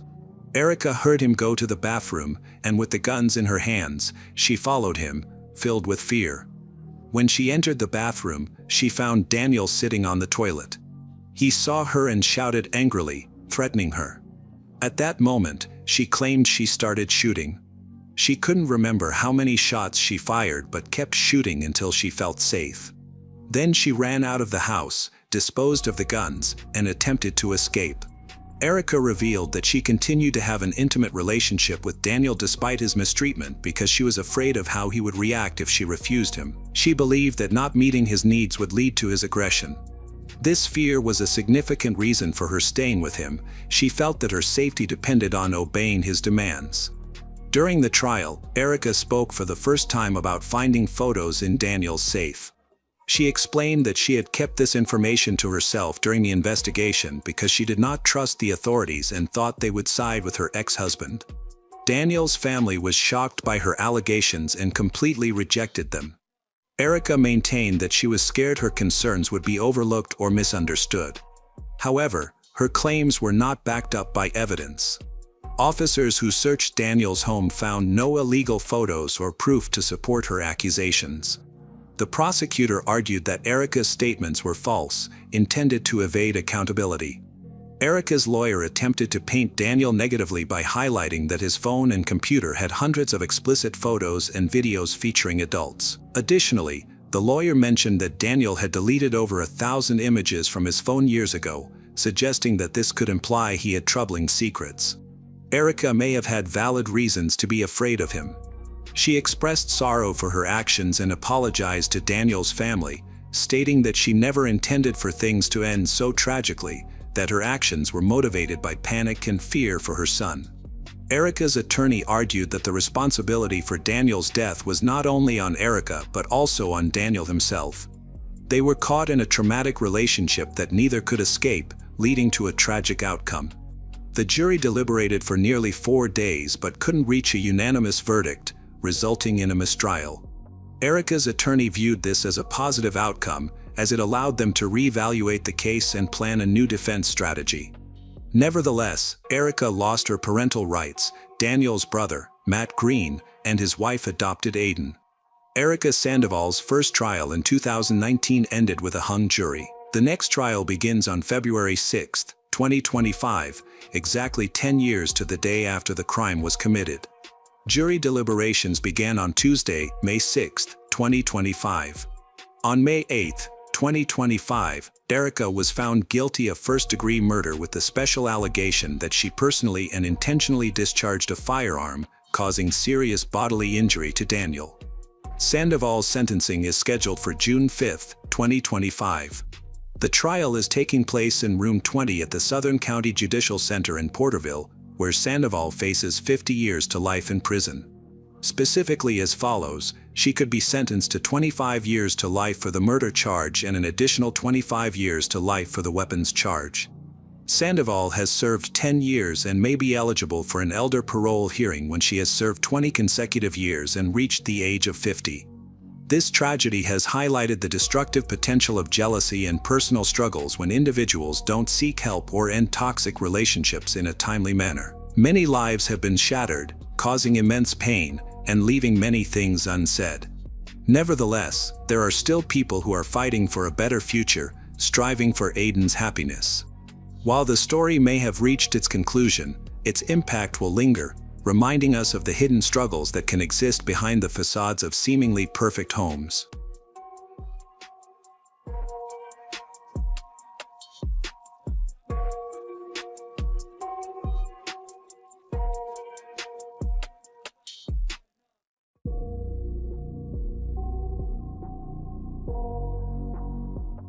The story of Meredith Lynn Sullivan Chapman, 33, captured national attention and was one of the most talked about cases of 2018. Born on January 31, 1985, in Newark, Delaware.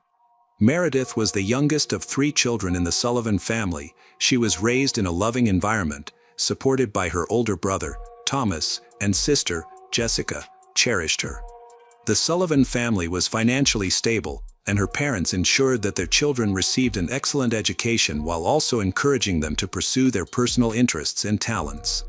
However, everything changed for Meredith when she was in middle school, as her parents decided to divorce. Fortunately, the separation was friendly, with no significant arguments or legal battles, and both parents continued to be actively involved in their children's lives. Although Meredith found the divorce emotionally challenging, she always felt cared for and loved. Meredith was a kind, outgoing person who easily made friends. Her cheerful and engaging personality made her popular among her peers. From a young age, she excelled in school, learning came easily to her. She was curious, quick to grasp new concepts, and always willing to take the lead. In addition to her academic success, she had a strong passion for painting and was also very active in sports. During high school, she focused on cheerleading, eventually became the team captain. Even as a teenager, Meredith displayed determination and confidence, working hard to achieve her goals. Despite her drive, she treated others with fairness and respect, earning the admiration of both her classmates and teachers. After graduating from high school, Meredith began her studies at the University of Delaware, focusing on corporate communications and social sciences. She quickly adjusted to college life, excelled academically, and received a merit-based scholarship. Meredith stayed active in cheerleading, even giving presentations on it. Additionally, she participated in tennis, dance, and theater productions at the university. In her junior year, she secured an internship at a radio station in Philadelphia, where she managed the station's social media. This experience aligned perfectly with her career goals and deepened her passion for communications. Meredith joined an elite student organization, taking on a significant role that helped her build connections for her future career. For her senior project, she created a documentary about Joe Biden, which received notable recognition, including a nomination for a regional Emmy Award. This success opened opportunities for her in the media and communications field. After graduating with a bachelor's degree in 2007, Meredith worked on Capitol Hill as communications manager for U.S. Congressman Mike Castle and ran a winning campaign for former Delaware State Treasurer Chip Flowers. Her ambition and strong work ethic enabled her to excel in fast-paced environments, and she consistently pursued opportunities for intellectual growth. While in college, Meredith met a slightly older young man named Luke Chapman, who was also a graduate of the University of Delaware. They quickly formed a connection and began dating. Meredith and Luke shared many similarities. Both were intelligent, ambitious, and highly motivated. Luke, like Meredith, aimed for a career in public service, eventually became a member of the New York City Council. For a period, their professional journeys aligned. They both achieved significant accomplishments in their fields. Meredith and Luke had a good income and, shortly after their wedding, bought a large home in a quiet and upscale neighborhood in Fairfield Crest. They chose to delay starting a family to concentrate on their careers in politics. They also adopted a golden retriever named Indy, whom they cared for with the same dedication that others might show to a child. After several years, Meredith changed her career significantly. She left the field of politics to pursue a career in education. She obtained a master's degree in education and returned to the University of Delaware, her former school, where she began teaching public relations and digital marketing courses. She created strategies for social media engagement and researched new communication methods. In addition to teaching, she participated in various university committees. In 2013, Meredith took on the role of marketing director while still lecturing and publishing academic work. Her colleagues and students held her in high regard, praising her intelligence, professionalism, and unwavering dedication. Luke's career was progressing well. He dedicated long hours to work and took his responsibilities seriously. Over time, he and Meredith became deeply focused on their personal ambitions, resulting in them being home together less and less often. As a result, a noticeable distance formed between them. Although they appeared to have a perfect relationship on the outside, the connection between them had faded. Conversations about starting a family had stopped, and their marriage felt more like a formality than a true partnership. However, neither of them rushed to end the relationship, as their living arrangement was functioning adequately. They cohabited more like roommates than spouses, managing their own finances and daily routines separately. There were no fights or confrontations. In public, they projected an image of happiness. No one in their social circle knew what was really happening behind closed doors. In 2016, Meredith chose to re-enter politics, this time as a candidate rather than an assistant or staff member. Driven and ambitious, she launched her campaign to challenge the current senator for Delaware's 8th District, David Soccola. Her campaign gained momentum, and she had a good chance of winning. Ultimately, she lost by a narrow margin of less than 5%. After the election, Meredith returned to her career in education and focused on advancing her academic work. By 2017, she decided to hire an assistant, specifically a creative director, to oversee marketing efforts. She posted the job online and received numerous applications. Meredith personally interviewed each candidate, but one, a 49-year-old named Mark Gerardo, particularly impressed her. He met all the qualifications for the role in terms of experience and skills. During the interview, he made a positive impression and agreed to start working immediately.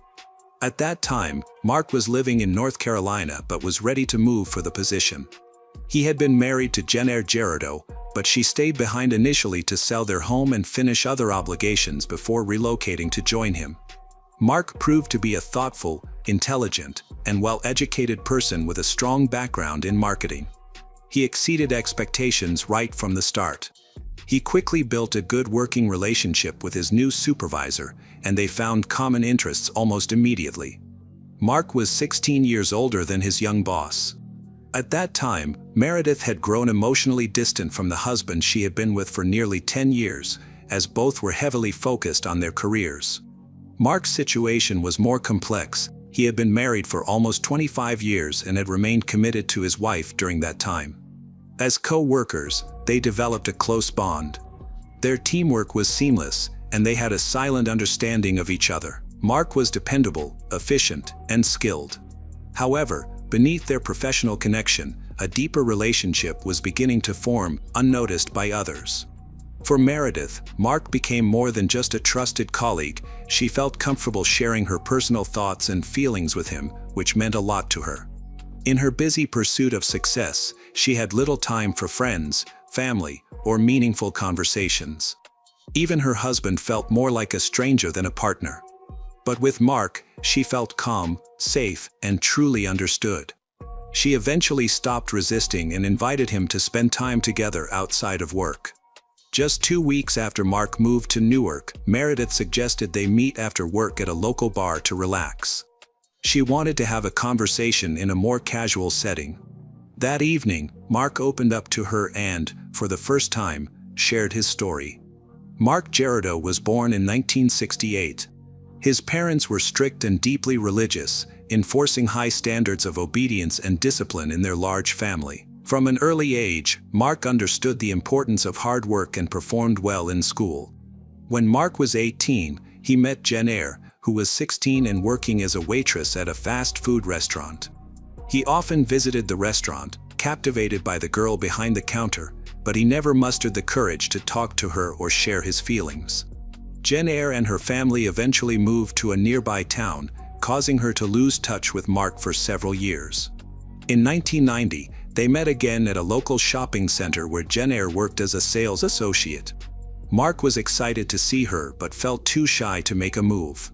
Noticing this, Jennifer took the initiative and asked him out first. Their relationship quickly grew deeper, and in 1992, Mark proposed. Jennifer happily accepted, and less than a year later, they got married. Mark and Jennifer, newly married, settled in Indianapolis, Indiana, where they purchased a home together. At this point, Mark had completed his degree in graphic design and landed a well-paying job in that field. Jennifer was successful as a real estate agent, so they enjoyed a comfortable lifestyle. Although they never had children, they adopted 3 dogs that they treated as part of their family. To their friends, neighbors, and relatives, Mark and Jennifer appeared to be a perfect couple, deeply in love and genuinely happy. They rarely had public disagreements. Their home was known for its peaceful atmosphere. Both were strong, independent individuals with stable incomes and lives. By the mid-2000s, after being together for over 20 years, the Gerardos faced difficulties. Mark experienced the loss of both his parents in a short time, while Jennifer, who had put a lot of effort into starting her own business, encountered significant financial troubles. Overwhelmed by emotional and financial stress, they decided to make a big change in their lives. They sold their house and moved to the peaceful town of Greenville, South Carolina. Mark quickly secured a stable job in marketing, while Jennifer opted to focus on family life as she looked for the right job opportunity. During this time, they traveled a lot and spent quality time together. The emotional distance that had developed between them began to disappear. Their relationship rekindled, and for a year and a half, they experienced what felt like a second honeymoon. In 2017, Mark started looking for new job opportunities to find a more fulfilling role with better pay. During his search, he found a job posting from Meredith. The couple was not afraid of the move. Mark went ahead first because the job needed him to start right away, while Jennifer stayed behind to sell their house and take care of local affairs. She planned to join him in Newark about a month later. That evening, Mark shared his story with Meredith, who listened carefully. In return, she talked about her own life, including her career successes and the slow deterioration of her marriage. As they talked, they connected on a deeper level, feeling as if they had known each other for years. They built a strong sense of trust and stayed at the bar until late at night. Afterward, they went back to Mark's apartment and spent the night together. This marked the beginning of a private relationship that they kept hidden from others. They continued to see each other secretly, often meeting at Mark's place while his wife was out of state. For Meredith, starting a romance with Mark didn't pose any real challenges. Her marriage to Luke had long become a mere formality. For Mark, the situation was much more complicated. First, he had never cheated in his 25 years of marriage. Second, he found himself unexpectedly attracted to Meredith, who was much younger than him. Third, he knew that Meredith was still legally married, just like he was. Despite these issues, Mark and Meredith's relationship continued even after Jennifer moved to Newark. From the beginning, Jennifer felt that something was off. She sensed that another woman had been in their new home, but she chose not to confront her husband right away. Instead, she decided to gather information to confirm her suspicions. Mark often worked late and became more distant from his family. When Jennifer asked him about it, he attributed his behavior to tiredness and a heavy workload. Their physical closeness had almost vanished. This continued for several months until Jennifer confronted him about the possibility of infidelity. Mark denied it. Although he attempted to end his affair with Meredith, their bond was too strong, and after a short break, they resumed their secret meetings. Meredith had made a decision. After discussing it with her husband, Luke, they agreed to proceed with a peaceful divorce. On February 14, 2018, Valentine's Day, Jennifer confronted Mark. She revealed that she was aware of his affair with his boss. She had hired a private investigator who followed Mark, took compromising photos, and recorded the locations where he met Meredith. With this evidence, Mark had no escape. However, he tried to justify his actions, assuring Jennifer that he would end the affair to save their marriage. Unfortunately, this promise was short-lived, as he continued his relationship with Meredith, but now with more caution. Jennifer didn't trust Mark, so she decided to keep a close watch on him.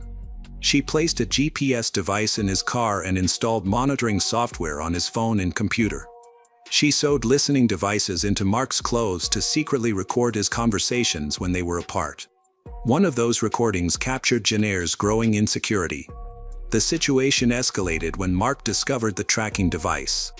Realizing he could no longer put off an important decision, he told Jennifer that he had fallen in love with Meredith, his boss, and wanted to be with her. He also announced his plans to file for divorce. This news was a severe shock for Jennifer, who was 47 at the time. After nearly 25 years of marriage, her husband was leaving her for a younger woman.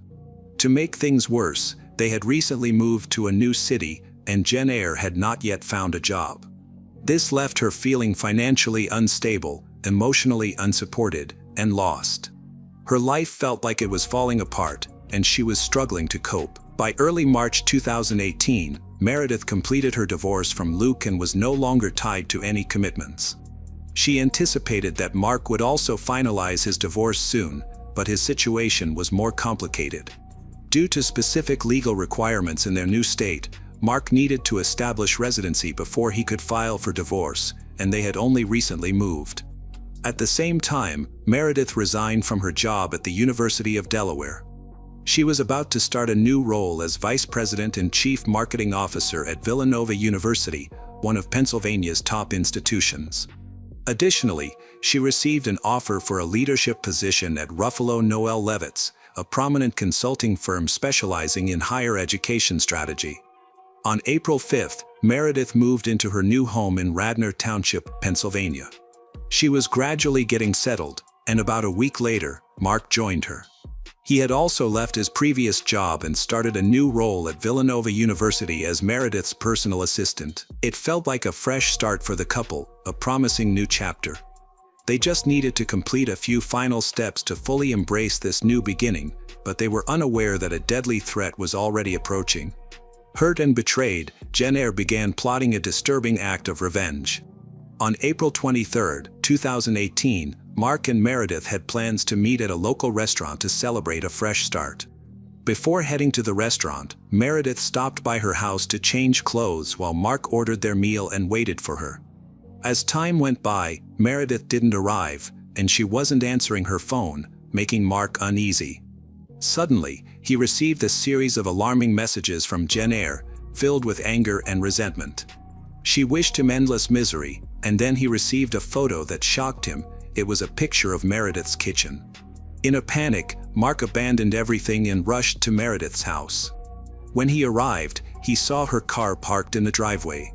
A black Chevrolet was also parked down the street, but Mark didn't pay much attention to it at the time. The lights were on inside the house, and the front door was unlocked. However, as soon as he stepped inside, he was met with silence.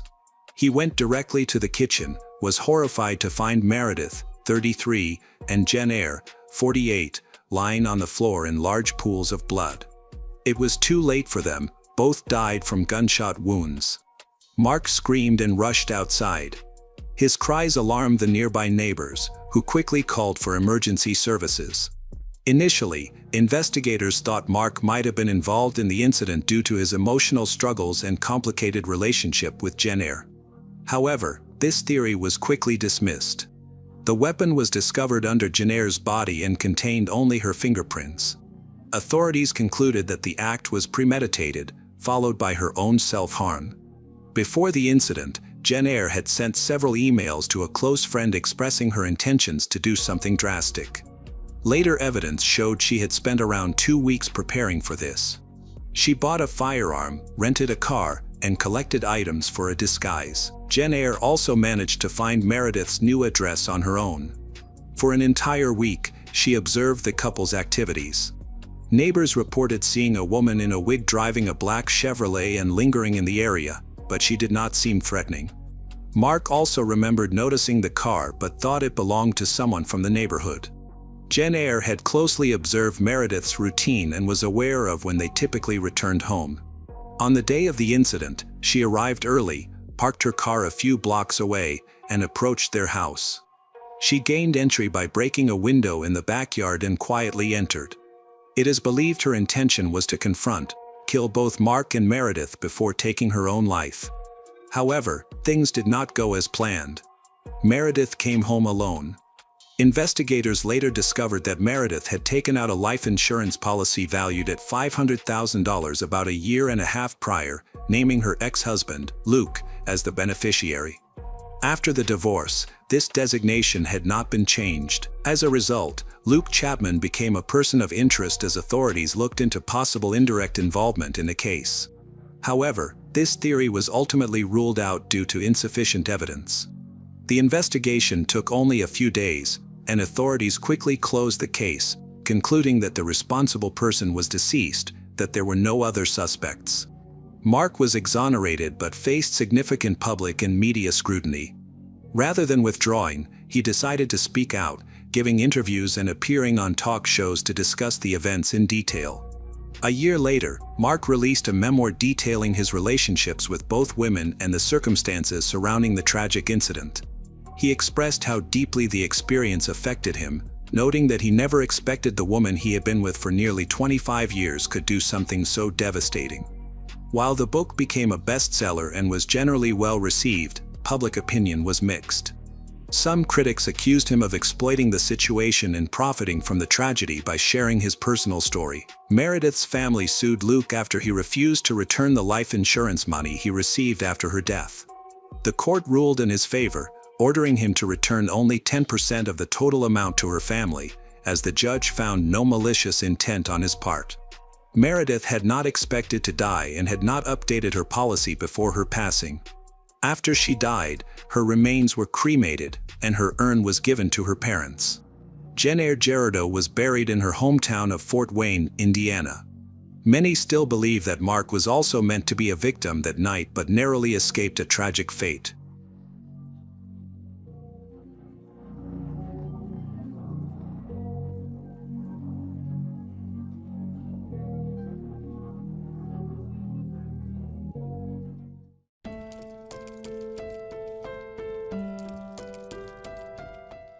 At around 3:30 a.m., Shauna Taife returned home after a long work shift. The streets were silent, and everything appeared normal as she parked in her garage. She entered her home, likely hoping for some much-needed rest. However, someone was already inside, lurking in the shadows. Soon after, a horrifying event occurred. By sunrise, police had surrounded her home, and the findings of the investigation stunned everyone. Shauna was born on March 13, 1966, in Salt Lake City, Utah, a place known for its snowy mountains and strong Mormon traditions. She was one of 7 siblings and showed her creativity from a young age, often getting lost in books or drawing. School represented more to her than just classes. She had a vibrant personality, became a cheerleader, and had a large group of friends. During her teenage years, her family moved first to Broomall, Pennsylvania, and then to North Virginia. Each of these moves helped her build resilience and fueled her desire to create a life of her own. In 1994, at the age of 28, Shauna took a significant step by leaving her familiar surroundings to move west to Las Vegas, Nevada, a vibrant city known for its constant reinvention. Las Vegas welcomed her with its bright lights and energetic atmosphere. She started her new journey by working in a luxury department store. Later, she switched to the hospitality industry, beginning as bartender at Fiesta Hotel and eventually securing a sought-after role at the renowned Palms Casino Resort. There, surrounded by glamour and a demanding clientele, Shauna flourished. Her co-workers felt like family to her. Her job provided both satisfaction and financial security. Shauna radiated warmth with her light blonde hair, stylish appearance, and graceful presence that captured attention. However, it wasn't just her physical beauty that attracted people, it was her genuine kindness, cheerful laughter, and ability to connect with others on a personal level. Her friends described her as vibrant, positive, and committed, someone who discovered joy in the small moments of life. In 2002, Shauna's life changed once more when she met George Taife.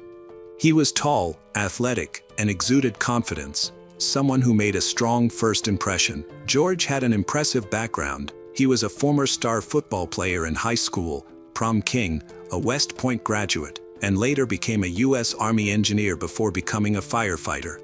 He had a magnetic personality and a kind heart, known for his willingness to help others, including financially supporting his mother, who took care of his disabled sister. Their connection was immediate and powerful. Friends admired the way they complemented each other, two ambitious, charismatic people who seemed meant to be together. Their love story grew stronger with the birth of their daughter, Madison Taylor Taife. For Shauna, becoming a mother was everything. She cherished every moment with Madison, enjoying hours of karaoke, laughter, and making unforgettable memories. On March 16, 2006, Shauna and George celebrated their love with a wedding by the beach in Hawaii, surrounded by ocean waves and gentle breezes. However, beneath this beautiful moment, challenges were already starting to emerge. 2 years into their marriage, problems began to emerge. The 2008 housing market crash severely impacted George, creating financial stress that affected their relationship. Shauna loved to spend money, while George wanted to save, which led to frequent and heated arguments over issues that were once trivial. George's growing frustration turned into possessiveness, criticism, and emotional distance. His hurtful comments, especially when directed at Shauna in front of Madison, stung deeply. Compounding these issues was George's increasing friendship with Noel Stevens, a homeless man he had brought in to help with yard work. Although George had always been sympathetic to those in need, Shauna felt uneasy about Stevens. His constant presence in their home only intensified the emotional rift between them. As the months went by, the tension between Shauna and George increased, leading to the breakdown of their relationship. After nearly 10 years together, Shauna made the tough decision to leave, taking their daughter Madison with her. She relocated to a quiet suburb near Las Vegas, hoping that the change would bring her clarity. Although she had separated from George, she wasn't ready to give up entirely. Divorce wasn't an option yet, and she still held on to some hope. Maybe with time and counseling, they could reconnect. Shauna and George agreed to try marriage counseling as a last effort to save their relationship. While the counseling sessions prompted some reflection, they couldn't bridge the emotional gap between them. As they continued living apart, the possibility of reconciliation became more difficult to envision. By September 2012, Shauna's hope had diminished, and the future she once imagined felt increasingly out of reach. Then something unexpected happened that shattered any sense of safety Shauna had left. One evening, after returning home from work, she found her house in disarray. Someone had broken in. Her belongings were scattered everywhere, drawers were opened, and several personal items were missing, including her engagement ring, some underwear, a bikini, and a black dress. Strangely, the intruder had left behind a small, folded pair of boxers on the washing machine and had taken vodka from the fridge. This violation deeply affected Shauna. It didn't feel like a random burglary, it felt personal. Although shaken, she tried to move on by focusing on her work and caring for Madison, but the feeling of unease lingered. On the early morning of September 29, 2012, Shauna finished her shift at the casino and clocked out at 3:01 a.m. After walking through the employee exit, she got into her car for the usual 30-minute drive home. By around 3:30 a.m., Shauna arrived home, parked in the garage, and entered through the interior door. As she walked toward the staircase, she was unaware of the attacker waiting in the shadows. Suddenly, she was struck violently on the head with a hammer, causing her to collapse. The assault continued. Despite Shauna pleading for her life, asking why is he doing this repeatedly, her attacker remained silent and continued to strike her. When she finally stopped moving, the assailant fled through the same garage door that Shauna had used, taking the hammer with him. A few hours later, just after 9 a.m., George finished his shift at the fire station. Like he usually did when Shauna worked late, he picked up Madison from his mother's house. Shauna and George shared custody, and Madison was going to stay with her father for a few days. George then drove to Shauna's house to gather some of Madison's belongings. However, as he got closer, he sensed that something was wrong. The garage door was open. Shauna was always very careful and never left the garage door open, especially overnight. This detail filled George with a sense of dread. As he entered the house, his worst fears came true. The inside was a mess, and it was clear there had been a struggle.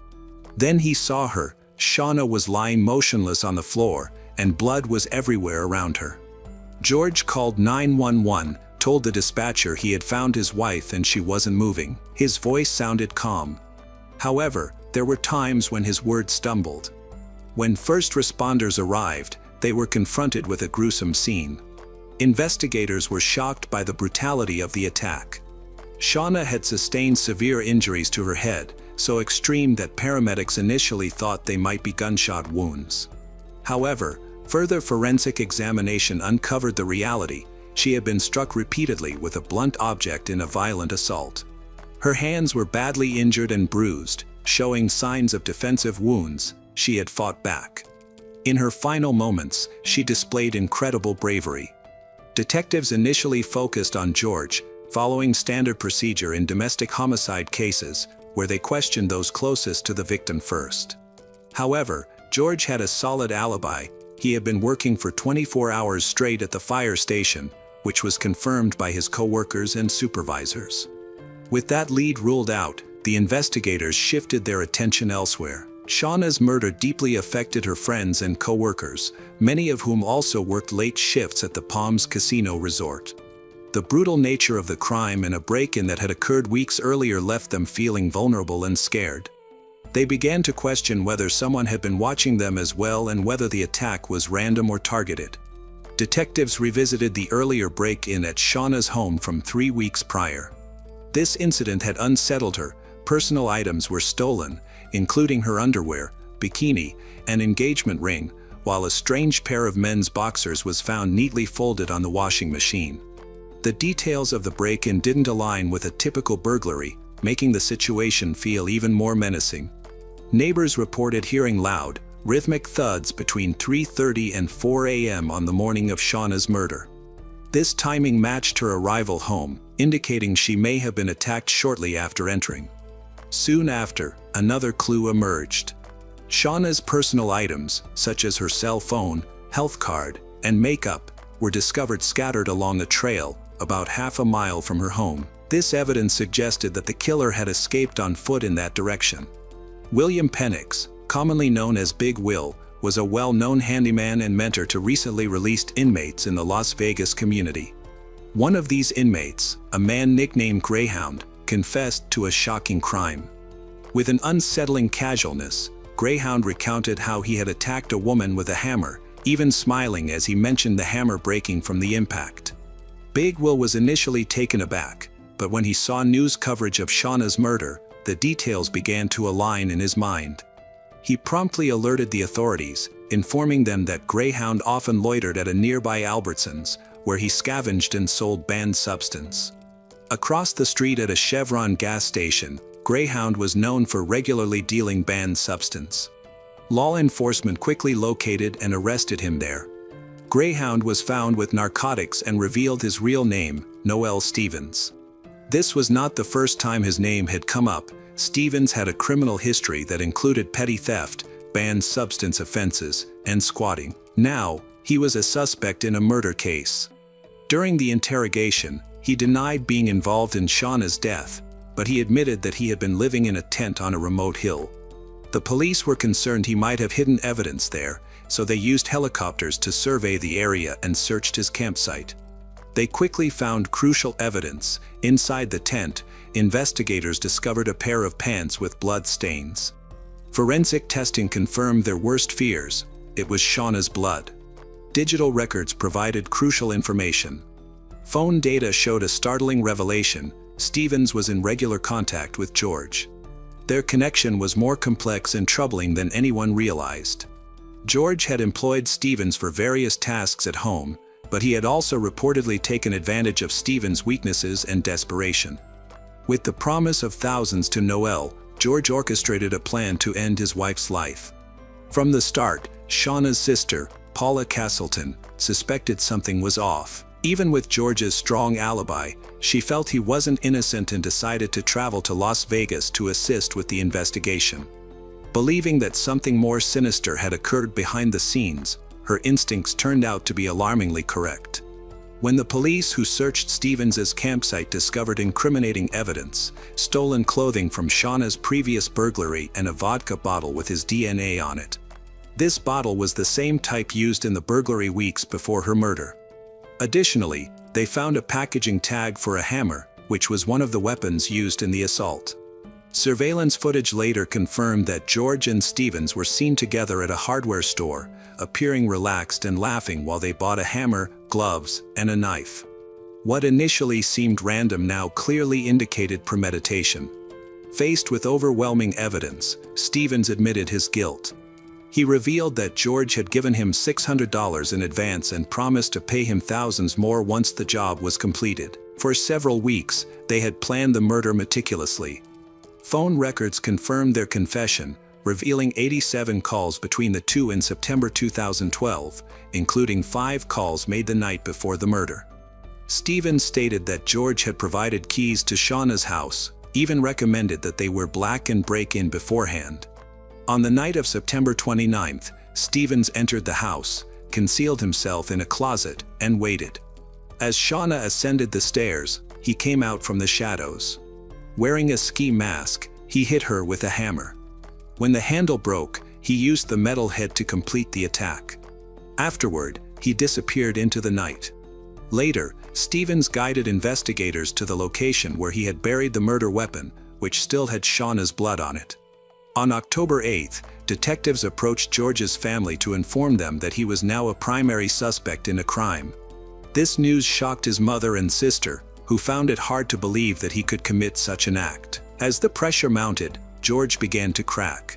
Fearing the police were closing in on him, he drove dangerously through Las Vegas and crashed his car into a concrete barrier without any signs of braking. Authorities suspected it was an end-his-life attempt. Fortunately, he survived the crash while wearing his seatbelt, but he was arrested at the hospital. Both George and Noel Stevens were charged with murder. In exchange for a lesser sentence, Stevens pleaded guilty and testified against George, avoiding the death penalty. He was sentenced to 42 years in prison. George's trial started in August 2015. Despite his difficult background, history of banned substance use, and ongoing mental health struggles, Stevens became the prosecution's main witness. During his testimony, he described a manipulative friendship with George. He told the court that George often complained about Shauna, expressing anger over her spending and bitterness about their failing marriage. Initially, when George proposed getting rid of Shauna, Stevens found it amusing. However, when the offer reached $5,000, he agreed to it. In truth, Stevens only received $600. During the trial, the defense focused on questioning Stevens' credibility. They highlighted his past, his struggles with addiction to argue he was not trustworthy. They contended that the tools in question were merely bought for home repairs. However, it wasn't solely Stevens' testimony that implicated George. The evidence included surveillance footage, phone records, the presence of Shauna's blood on Stevens' possessions, and a consistent timeline. Together, these elements painted a clear picture of premeditated murder. The prosecution described George as a man fixated on maintaining control, struggling to cope with financial troubles, a failing marriage, and the fear of losing influence over Shauna. While family members testified that he was dedicated and principled, witnesses observed that his previously admired discipline had turned dangerous. The evidence painted a different picture. In 2015, George Taillefer was found guilty of first-degree murder and sentenced to life in prison without the chance of parole, along with an additional 81 years for related charges. He later appealed his conviction, claiming that a mix of medications, such as Adderall, estrogen blockers, and painkillers prescribed after a workplace injury, impaired his judgment. In a handwritten confession, he stated that the drugs affected his decision-making. He also contended that his defense attorney failed to address his mental health issues and did not seek a psychiatric evaluation. However, his appeal was denied, and the conviction remained. After the tragedy, the most heartbreaking consequence was Madison, Shauna's daughter, who witnessed the aftermath of her mother's murder. She now lives with Shauna's mother, away from the man who tried to ruin their lives. From this unimaginable loss, Shauna's family has created something powerful, Justice for Shauna, a campaign aimed at raising awareness about domestic abuse and manipulation. Shauna's story serves as a cautionary tale about love that turned dangerous, trust that was betrayed, and a justice system that, despite its flaws, eventually uncovered the truth. At the heart of it all is the memory of a vibrant woman who loved deeply and deserved so much more.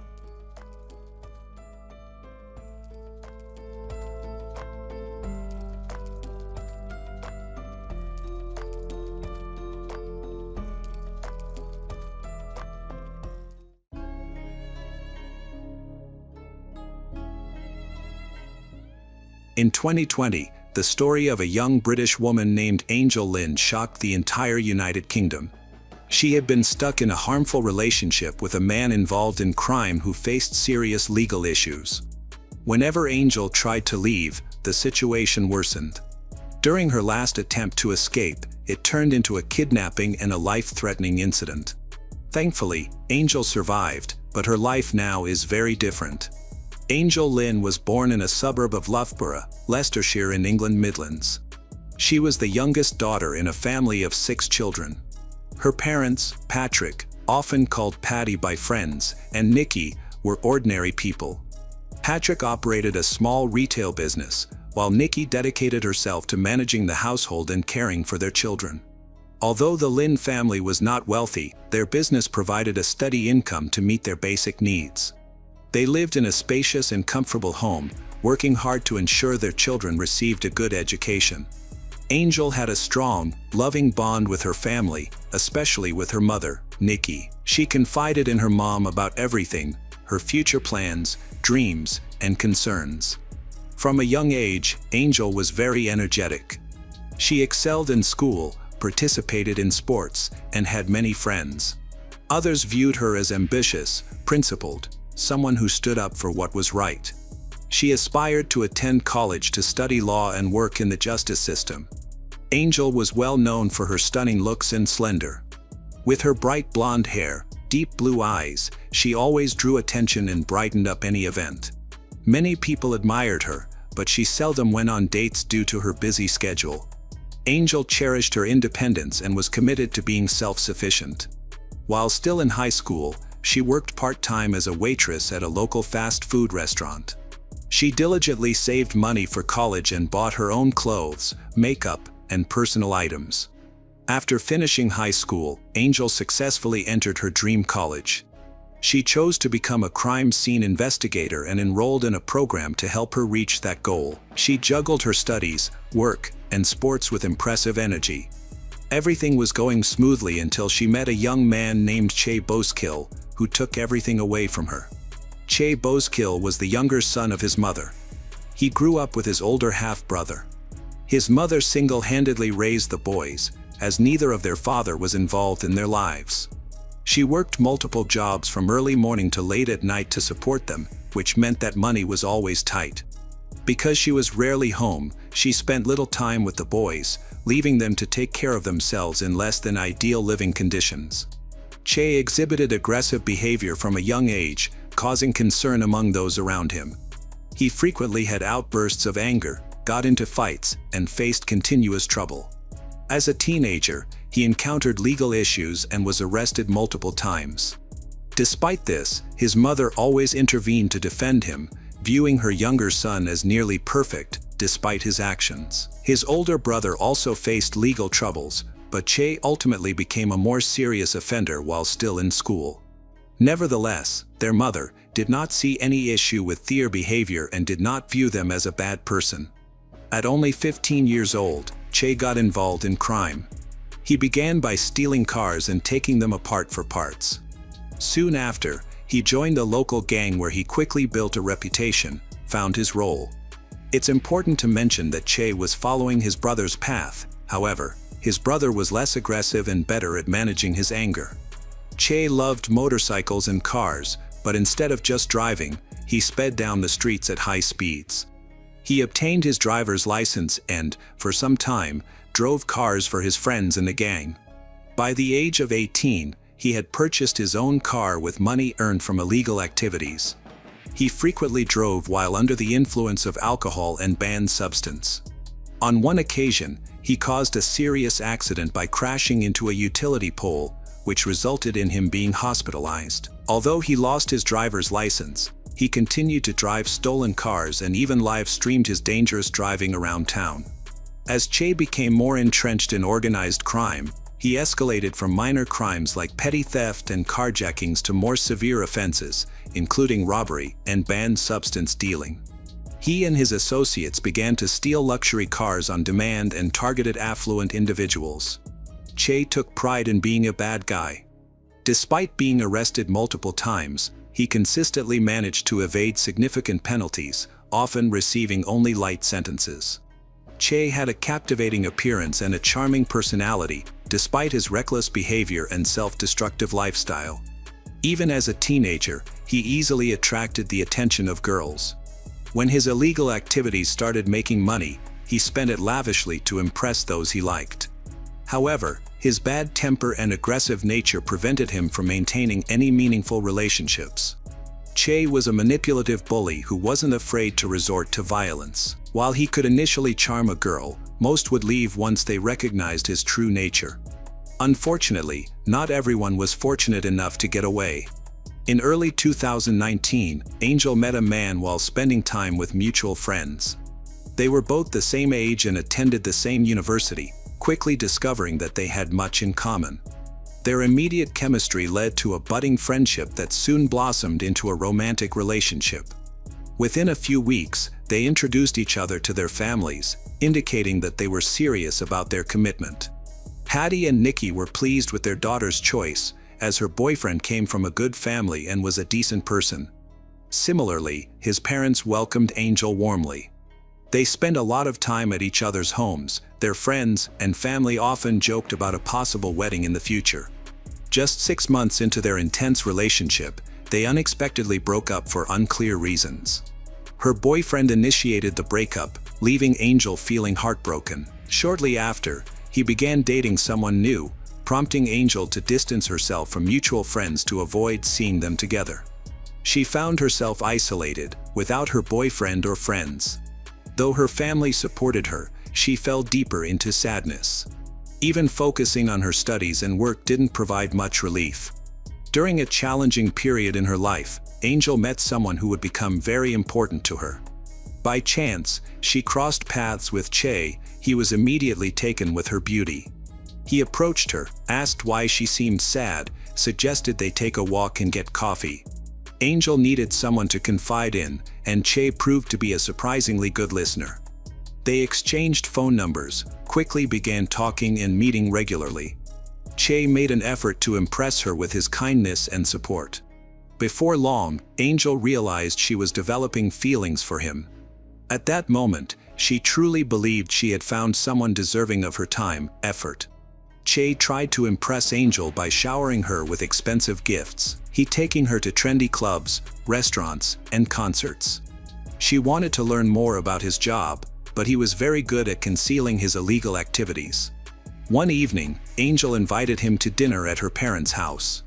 What was supposed to be a warm family meal turned into a heated argument due to Che's arrogant behavior, which upset Angel's parents. Afterward, Nikki, Angel's mother, expressed her concerns about Che and urged Angel to end the relationship. To avoid upsetting her parents, Angel told them that she and Che were just friends, promised to spend less time with him. However, Angel and Che continued their secret relationship, never thinking about breaking up. Che made reservations at fancy hotels for their romantic evenings together. Angel felt she was with a good man, she had fallen in love with him. Che was still in frequent contact with his girlfriend. They called each other many times a day and sent constant texts. He often inquired about her whereabouts, activities, companions. Trusting him, Angel shared everything, believing this was his way of showing he cared. Unfortunately, this was actually the start of his controlling and manipulative behavior. In just a few months, Che learned everything about Angel, her whereabouts, her friends, her work and school schedules. He earned her trust and started to distance her from friends he didn't like. He pressured Angel to lie to her parents, creating a rift between her and her family. By August 2019, his control grew stronger. He dictated her clothing choices, restricted her conversations, even banned her from wearing makeup. Che regularly checked her phone, deleting contacts he disapproved of. He constantly monitored her, questioning her about unplanned outings and showing up if she was out longer than usual. The situation escalated to the point where Angel couldn't greet a male acquaintance without provoking a fierce argument. Her parents started to notice significant changes in her behavior.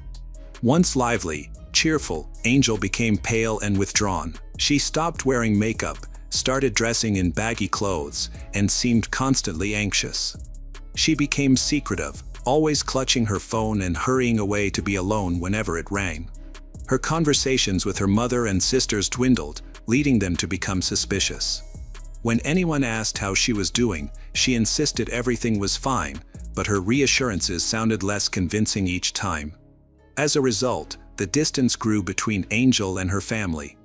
Che took control of her life, turning her from a vibrant young woman into someone isolated and invisible, who believed her only worth was to him.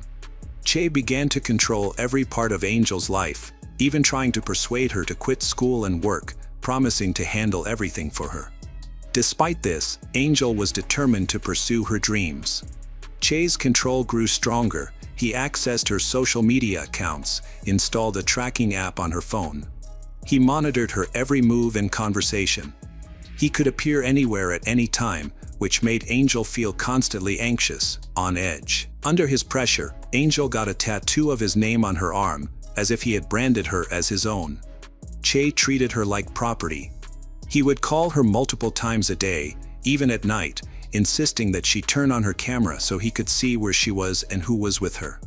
Angel reached her breaking point, tried to end the relationship several times, but Che refused to let her go. What started as a romantic relationship turned into pure manipulation.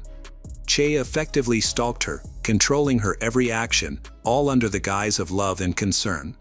In January 2020, Che and several friends were arrested for trying to steal a car, received 4-month prison sentences. For Angel, This seemed like an opportunity to break free from a toxic relationship that was going nowhere. However, she was wrong.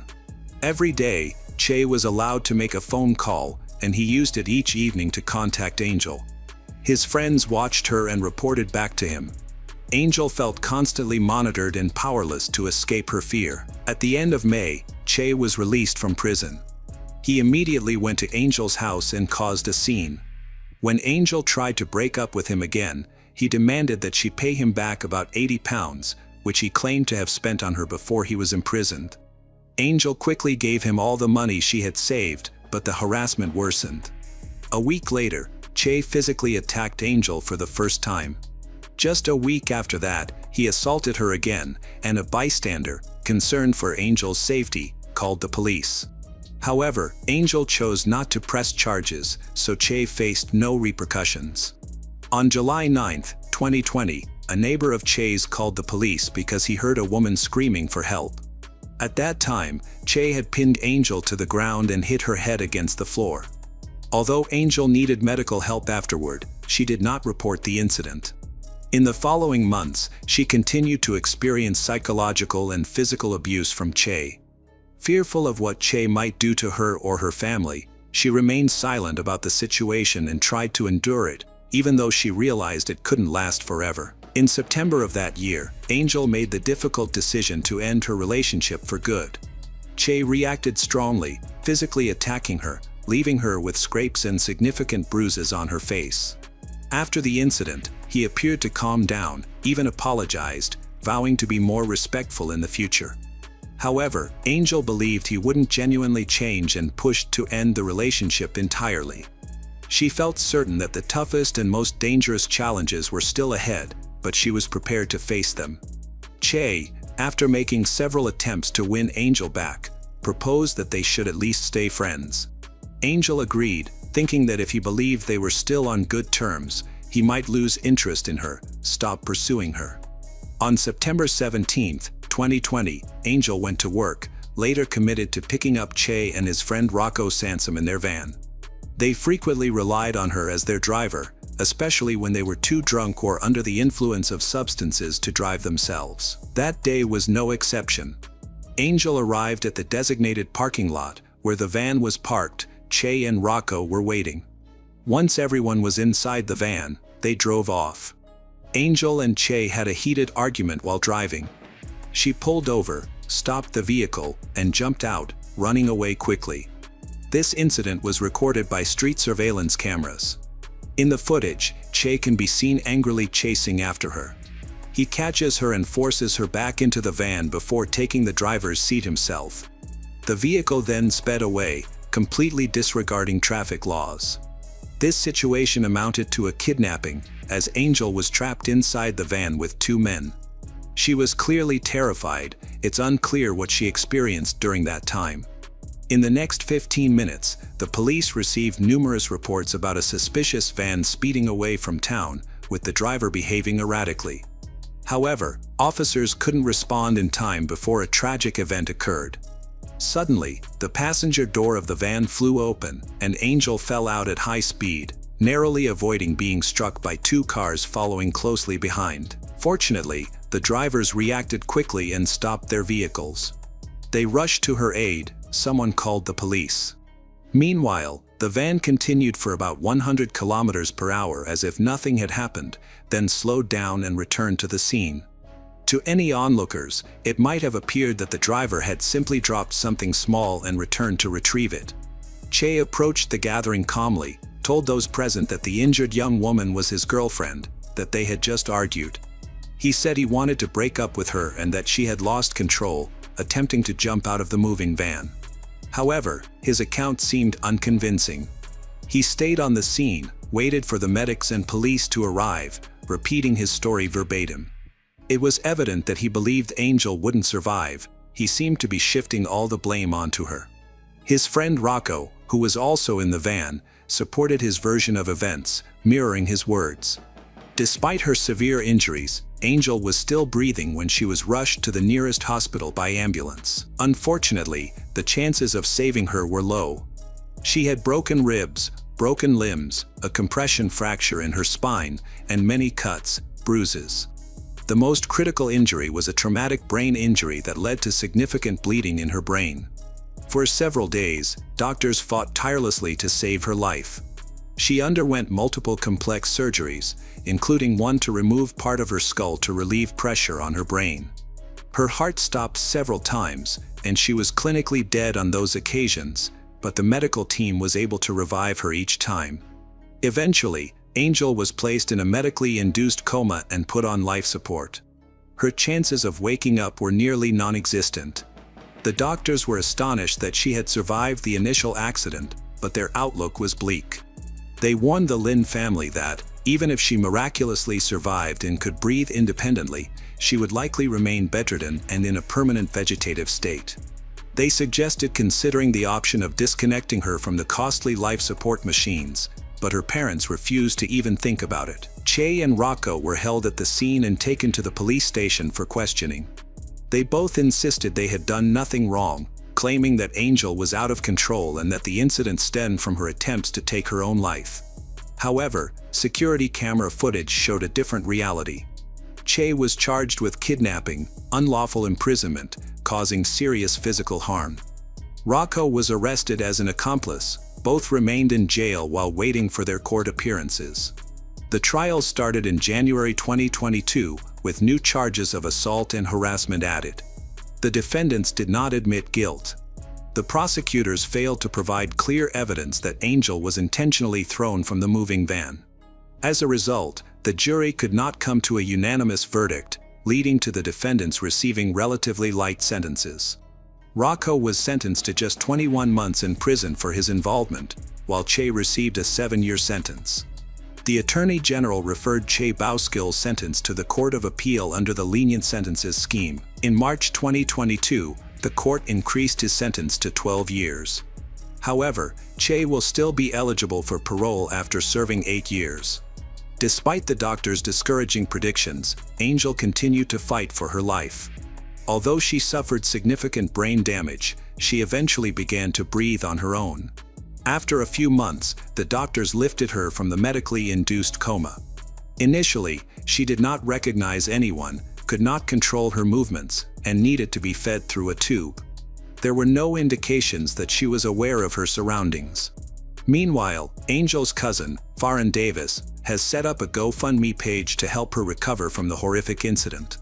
Kind strangers and members of her community have donated nearly £200,000, which will be used to renovate the family home, as they have received no assistance from the council. Angel is now doing well and will soon be able to move out of the flat and live with her family once the construction work is complete.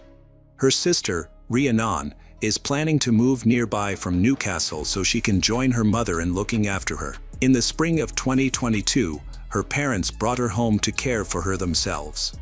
A year later, in May 2023, Angel amazed everyone by starting to respond to her environment. Just a month after that, she looked at her mom, Nikki, and called out, "Mom."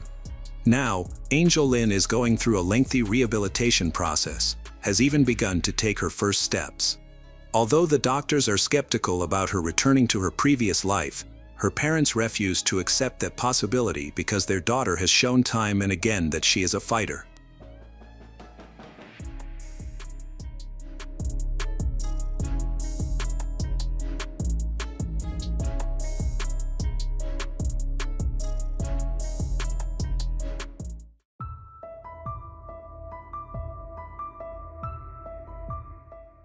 On April 4, 2015, emergency services received a disturbing call from a local resident.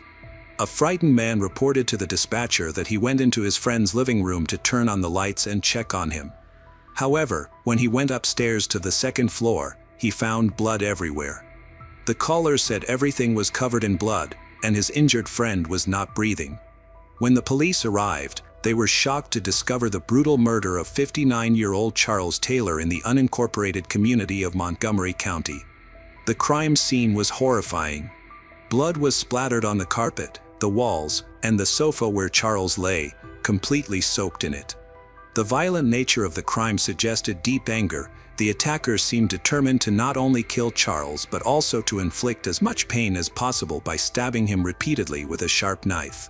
The investigation of the house revealed no signs of forced entry, indicating that the perpetrator was familiar with the residence and acted quickly. The forensic medical examination determined that Charles died from blunt force trauma to the back of his head, along with 31 stab wounds. Charles was known as a kind and generous individual. He had a strong relationship with his adult son. He cherished his 2 grandchildren and daughter-in-law, Amanda Taylor. This is the image of the family that people often see, leading them to believe everything was well. However, was this truly the reality within the Taylor family? The initial investigation progressed slowly because the police had few leads. They started by looking into Charles's friends and acquaintances but found no one who had a motive to harm him. Soon, a theory emerged suggesting that the culprit might be a family member of Taylor. Investigators caught a break when a crime blogger came forward with photos of Amanda Taylor taking selfies next to Charles's lifeless body. As a result, she was added to the wanted list.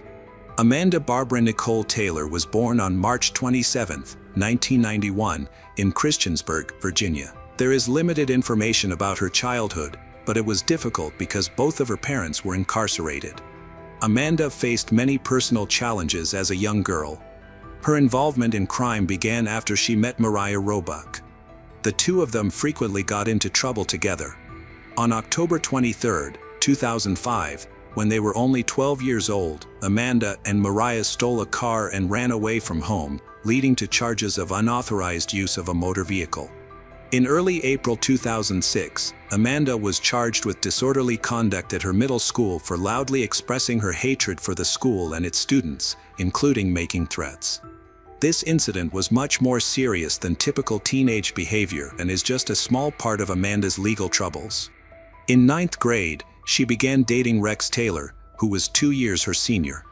They shared the same birthday, March 27th, which they saw as a meaningful connection. Amanda dropped out of school when she found out she was pregnant. She and Rex got married and had a son, but becoming a mother did not curb Amanda's criminal behavior. Amanda Taylor's married life was marked by numerous legal troubles. Her police record expanded significantly with reports of another attempted escape after stealing a vehicle, a conviction for alcohol possession, several domestic disputes, and a charge for holding a controlled substance. Her husband, Rex Taylor, also came from a troubled background. Although they were devoted to each other, Rex faced serious challenges with addiction and depression, having been addicted to banned substance since he was 15. They had a daughter. At one point, it seemed Amanda had turned her life around, becoming a dedicated mother and wife. This was in contrast to many young American women who expressed themselves through piercings, tattoos, and social media selfies. However, Amanda and Rex's relationship was far from typical. They obsessively studied the lives of infamous serial criminals and even corresponded with them while they were in prison. Amanda began to fantasize about joining the ranks of criminals herself, but before she could pursue that dark path, tragedy struck. Their marriage was complicated by Amanda's fears of Rex's infidelity. In April 2014, they separated. Rex returned to the family home, where he resumed using banned substance. Tragically, 4 months later, his lifeless body was found in a shed on their property. He had taken his own life on the day of their child's 7th birthday. After Amanda's husband passed away, she occasionally stayed with her mother and her friend Mariah. During her time with Mariah, she also formed a friendship with Sean Ball, a member of the Roebuck family. On March 27, 2015, which was her birthday and her late husband's birthday, Amanda visited Rex's grave and attempted to take her own life. Fortunately, she was saved and admitted to a psychiatric hospital due to her troubling thoughts and actions that posed a risk to herself and others. Despite her mother wanting her to stay for a longer period of treatment, Amanda was released back home shortly after. Once Amanda returned home, her mental state deteriorated further. As a result, Mariah and her husband decided that it was best for Amanda to move out. They also asked Sean Ball to leave, as he had developed strong feelings for Amanda. Feeling abandoned by her friends during this challenging time, Amanda began to entertain dark thoughts about killing. This disturbing mindset was influenced by her late husband, Rex Taylor, whom she wanted to honor and make proud. Amanda believed that fulfilling this twisted sense of duty required taking someone's life. Rex had a fascination with serial killers and had even formed close connections with some during his lifetime. Imagine stepping outside your house one morning to check your mailbox and discovering an envelope addressed to you from a famous serial criminal who was caught in 1980. Inside the envelope, you would feel relieved to find a birthday card for your young child and a handwritten note. Some might say that receiving such a message is worrying. Regardless, for most people, getting anything in the mail from a serial criminal would be unsettling, but not for the Taylor family. Rex's behavior and his readiness to communicate with known serial criminals, along with Amanda's fascination with crime, have been underscored by disturbing details found in her past social media posts. In multiple posts, Amanda praised mass murderers and their violent acts, specifically mentioning Timothy McVeigh, who orchestrated the largest terrorist attack in U.S. history, as well as Dylan Klebold and Eric Harris, the shooters responsible for the Columbine High School massacre. She expressed a desire to emulate these cruel criminals and chose to embark on a criminal path herself. On April 4, 2015, Amanda went to Charles's home in Montgomery County, Virginia, with Sean, who had picked her up in his car earlier that day. Together, the two purchased a bayonet-shaped knife. They also brought a tire iron that Sean had hidden in his pants, along with several guns, including 2 pistols and a rifle. These weapons had been stolen from Sean's parents' home. Amanda later admitted that they had gone to Charles's home with the intention of killing him. During the visit, the conversation turned to Rex Taylor, Amanda's late husband, who had committed one's own life in August 2014. Amanda blamed Charles for Rex's one's own life, believing that he was responsible for Rex's banned substance abuse, which had become particularly problematic in the 2 years prior to his death. While Charles was sitting on the sofa, Amanda began stabbing him repeatedly while standing over him. Charles reached for the knife. As he did so, Sean swung the tire iron and struck him 5 or 6 times, while Amanda continued to stab him. Charles's autopsy later revealed that he had been stabbed 31 times and had suffered blunt force trauma to the head. Some of the stab wounds were so forceful that they completely penetrated his neck and arms. For Amanda, this was a personal act of revenge. She finally stopped when her anger began to fade, and the room was covered in blood. However, she went even further by taking a selfie next to his body and sharing it on her social media accounts. Later that day, Amanda's mother received a troubling phone call from an unknown number. To her shock, it was Amanda's voice on the line, crying as she expressed her deep love for her mother and how much she appreciated everything her mom had done for her. Amidst her tears, Amanda admitted that she had done something very serious. Sensing the urgency of the situation, her mother pleaded for her to come home.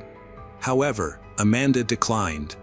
The authorities were taken aback by her social media posts, which suggested she was surprisingly proud of her actions related to the incident.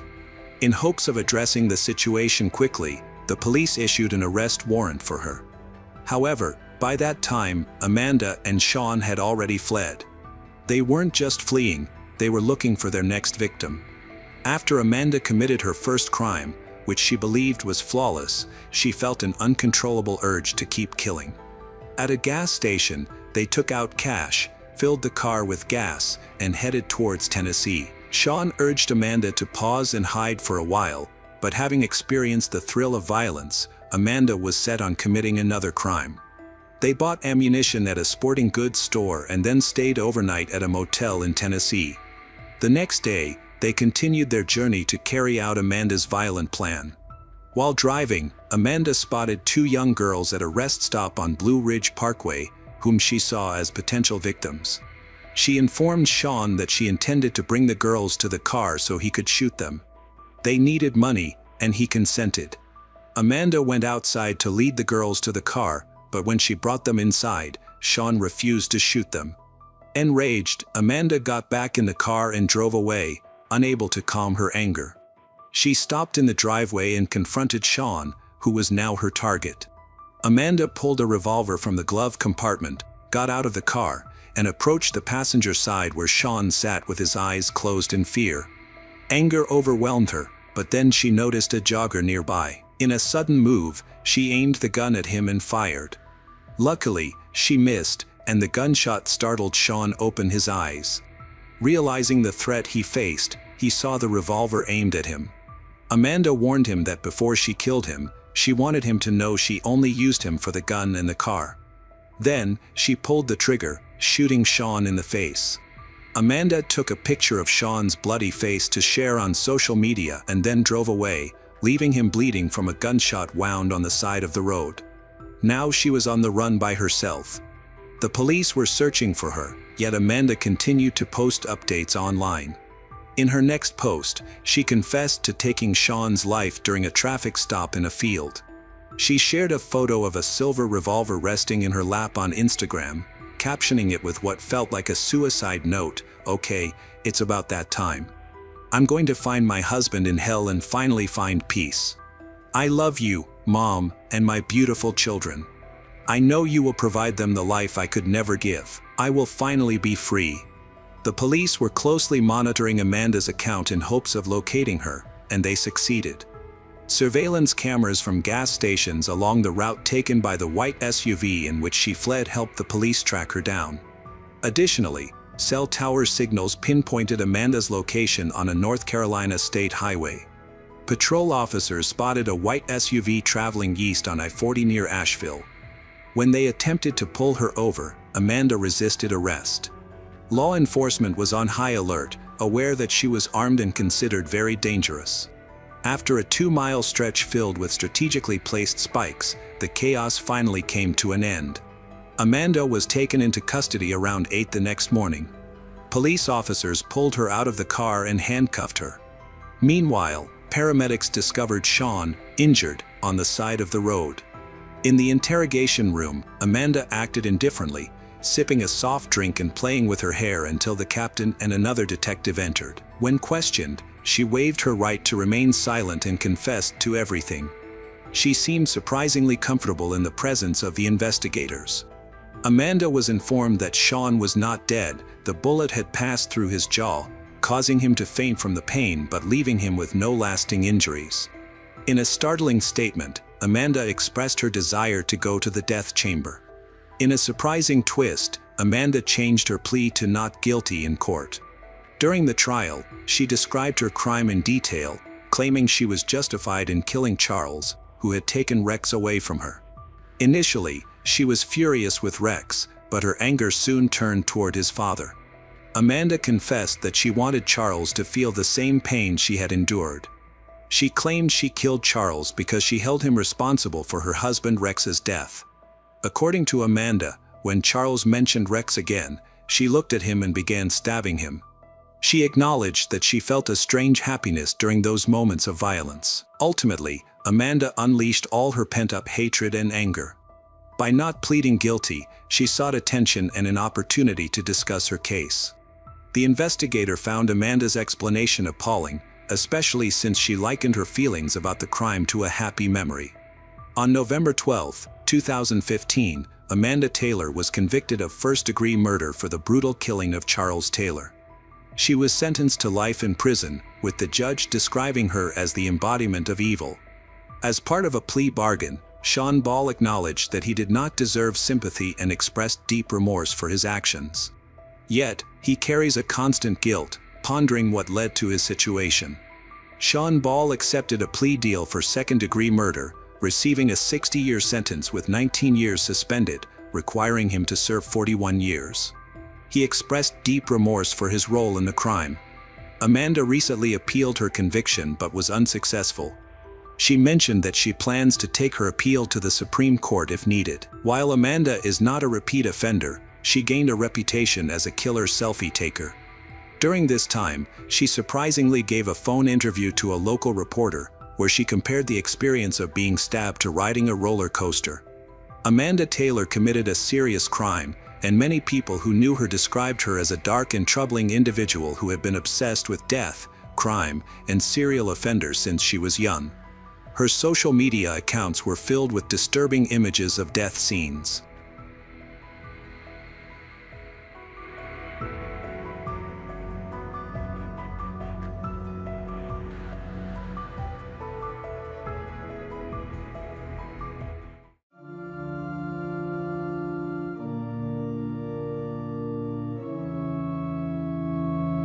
On the surface, Madeline Kingsbury's life seems perfect.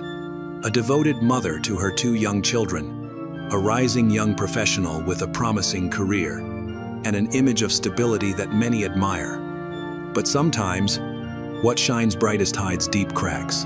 Behind her gentle smile and familiar routine, Madeline is battling a silent storm. Fear, exhaustion, and a dangerous stress that comes from the man she once trusted most, the father of her children.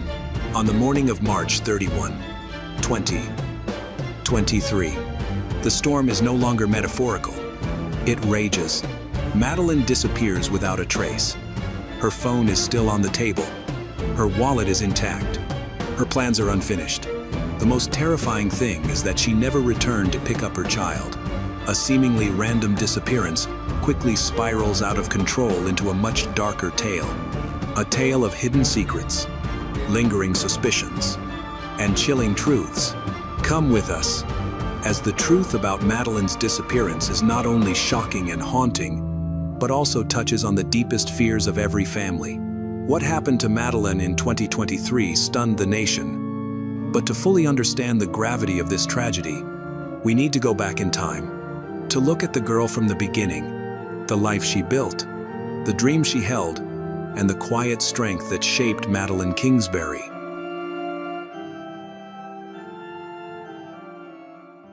Madeline Kingsbury was born on June 1, 1996, in Minnesota, and was the youngest of three siblings. She always stood out among her peers for her outgoing nature, energy, and curiosity about the world. Growing up in Farmington, she was surrounded by love and support. Even after her parents' divorce and their subsequent remarriages, the warmth of her extended family continued. After graduating high school in 2014, Madeline enrolled at Winona State University to study health sciences. She quickly became known as a bright, dedicated student, respected by her classmates and trusted by professors. By age 26, she had built a stable life with a clear sense of purpose, a reliable career, and big dreams for the future. Her achievements were a testament to her resilience and quiet strength, demonstrating that a person can maintain their inner light even amid hardship. While at university, Madeline met Adam Fravel. Although they never married, they moved in together and started a family, welcoming a daughter and then a son. Initially, their relationship appeared strong, with Adam seemingly supportive of Madeline's ambitions. When their daughter was born, he paused his own work and education to help her complete her studies, which many interpreted as a commitment to their partnership. However, after their second child was born, things began to change. Tensions at home rose, causing Adam to lose his job. This meant that Madeline became the sole financial provider, working full-time as a clinical research coordinator at Mayo Clinic, while pursuing a master's degree at the University of Minnesota. She also took on the primary caregiver role for their 5-year-old daughter and 2-year-old son. Despite the increasing pressure, Madeline managed her responsibilities. Although her family noted that Adam was minimally involved in caring for the children, those close to her observed that every household duty, from childcare to daily tasks, fell solely on her. She often expressed feeling overwhelmed and isolated within her relationship. Adam's relatives acknowledged that he lacked initiative in their partnership and was unwilling to share responsibilities equally. As tensions escalated, Adam's behavior took a concerning turn. He became increasingly controlling, monitoring whom Madeline communicated with, asking to see her messages, and displaying jealousy when she interacted with other men. Over time, his behavior allegedly morphed into psychological manipulation and, as later revealed, physical aggression. These troubling incidents were kept hidden from public view, only known to Madeline's closest friends and family. Her loved ones remarked that she didn't initially understand the severity of her situation and was still hoping to maintain harmony for the sake of her children. Madeline attempted to negotiate a compromise with Adam, but then he crossed a serious boundary. He reportedly threatened her by referencing the high-profile case of Gabby Petito, allegedly saying that if she didn't start doing what he said, she would end up like Gabby. Friends and family who heard this warning urged Madeline to inform the authorities, but she hesitated. She feared that if Adam were arrested, it could emotionally harm their son and daughter. Despite the danger, she believed it was important for her children to maintain a relationship with him. She worried that police intervention might make the situation worse, so she did not report the threat, prioritizing connection with her children over personal safety. Madeline decided to separate from Adam for good. Just before she disappeared, she informed him that she no longer intended to move closer to his parents as they had planned. She realized it was better for the family to stay in Winona, near daycare, her job, and her support network. At that point, her relationship with Adam was effectively over, even though they still shared the same home. Despite the turmoil, Madeline worked to keep things normal and made future plans. She scheduled a meeting with her sister on the 1st of April to drop off her daughter, which was significant to her, and she intended to follow through. Those close to her later noted that when she was unwell or overwhelmed, Adam never helped. He often isolated himself in another room, ignoring their son's cries and the chaos around the house. He demonstrated a lack of interest in addressing their problems, avoided stable employment, and did not commit to unclear career plans. Adam remained in the home, relied on Madeline's income, and acted as if their situation hadn't changed. His indifference seemed deliberate rather than temporary. This growing emotional disconnect was a major factor in Madeline's decision to leave the relationship. Their situation reached a breaking point during this period of silent tension, as what had once seemed like temporary setbacks turned permanent. As their relationship further deteriorated, Adam's behavior became more controlling. His jealousy extended to constant intrusions into Madeline's personal life, as he insisted on seeing her text messages, particularly those involving other men. This became a regular part of their conversations. Although Madeline tried to avoid confrontation, she felt her personal space constricting. Every message and conversation sparked suspicion. Adam demanded that she reveal her private chats, and when she hesitated, he reacted aggressively. Adam's control extended to her online activities, monitoring who she added on social media, what posts she liked, and whom she talked to in messaging apps. He had previously exhibited physical aggression, including an incident when Madeline was on a video call with a friend while holding their son. He suddenly struck her across the face without warning. Her friend witnessed this live and later reported it to the authorities, noting that she had visible bruises and marks. When asked about her situation, Madeline often expressed fear, saying things like that if she left, he might do something terrible to her. Madeline's parents had similar worries. After a call from her seeking help during a conflict, they picked her up along with her children to keep them safe at their home, hoping she wouldn't return to a dangerous situation. However, just 3 days later, Madeline decided to go back, believing it was important for her children to have stability. They were confused by the situation, and she wanted to maintain their sense of normalcy. The pressure of ensuring her safety and her children's made it challenging for her to make a final decision. Despite the advice of friends and family, she hesitated to act.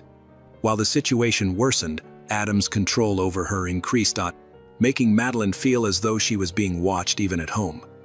She confided in her sister about how Adam would follow her around, monitoring her conversations and phone use. As the date of her disappearance approached, Madeline lost any illusions about her situation. Her effort to leave the relationship quietly while still allowing her children access to their father ended up complicating things. What started as a careful plan to regain her freedom ultimately led to a tragedy. Before the incident, Madeline had reconnected with Spencer Sullivan, a former college classmate, and their relationship gradually blossomed. Although they weren't living together and kept it discreet, Madeline's close friends knew about it. During the investigation, it emerged that they did not have any formal arrangements. However, Adam's reaction to this development was intense. He forbade Madeline from talking to Spencer when he was around and expressed his anger about their interactions. Madeline felt she needed to keep these changes secret, as Adam perceived any independence as a threat. Madeline was very careful about sharing her plans to move, telling only a very trusted group of people. She even requested that her mother and sister not discuss it openly. Fearing that any slip could reach Adam, Spencer respected her decisions and, after Madeline's disappearance, fully cooperated with law enforcement, providing an alibi that was confirmed and showing no evidence of involvement in the incident. Nevertheless, the fact that he was part of Madeline's life intensified the tension at home, as Adam sensed he was losing control. By early spring 2023, Madeline had reached a pivotal moment. She felt ready to leave her past behind and start anew. While her loved ones were not surprised by her decision to leave Adam, she wanted to keep it private until the timing felt right. Her apprehension about Adam's reaction was not unfounded. She didn't trust him. This is why she kept her plans to leave tightly under wraps until the last moment. Her choice to leave quietly was the result of her prolonged internal battle.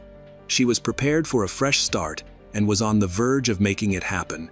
On Friday morning, March 31, 2023, Madeline went about her daily routine. She dropped the children off at daycare with Adam. Surveillance cameras recorded them arriving at around 8 a.m. Taking the children inside and returning home, Adam said Madeline planned to work a little before heading to the office. He claimed he didn't see her again after that. The last confirmed contact from Madeline was a message to her sister Megan at 8:15 a.m., in which she made a lighthearted comment about a photo they had discussed the night before. After that, there was no further communication. No texts.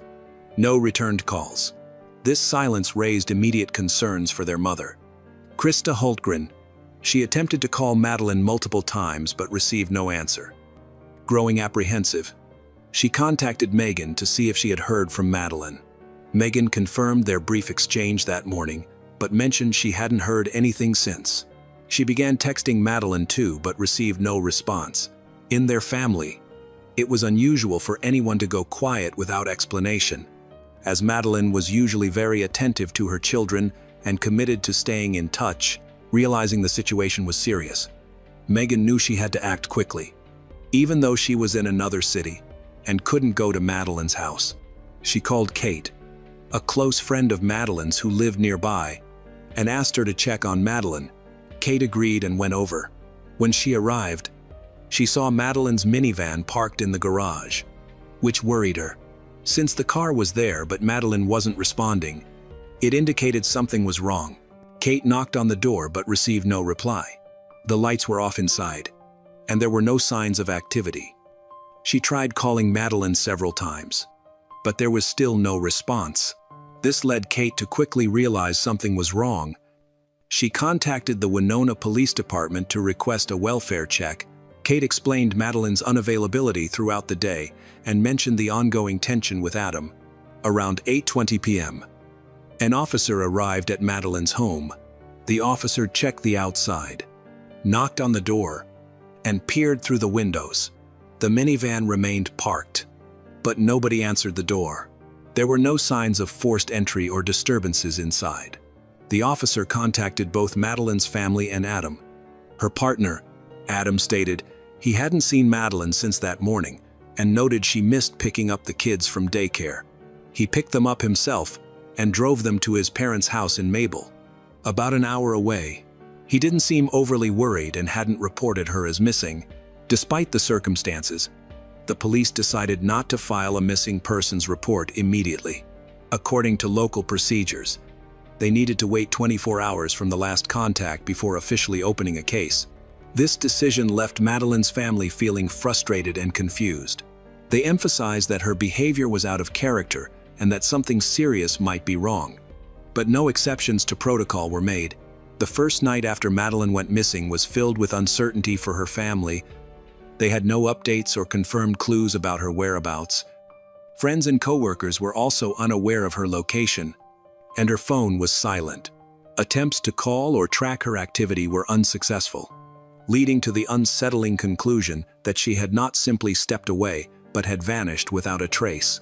Once Madeline was officially reported missing, the police began taking statements, quickly focusing on Adam Fravel. According to his account, on the morning of the 31st of March, After dropping off their children at daycare, he and Madeline returned home. He claimed Madeline stayed home for a work meeting while he began packing to move to his parents' house. He said that he planned to transport some boxes to Mabel and some other boxes to the storage room, and he had taken Madeline's minivan, leaving his car for her. He said he left the house, stopped at a gas station, then returned to load more boxes before heading toward Mabel. During the trip, he realized he had packed boxes meant for storage by mistake. So he turned around and headed back to Winona. He claimed he was on the road from about 10:30 a.m. to noon.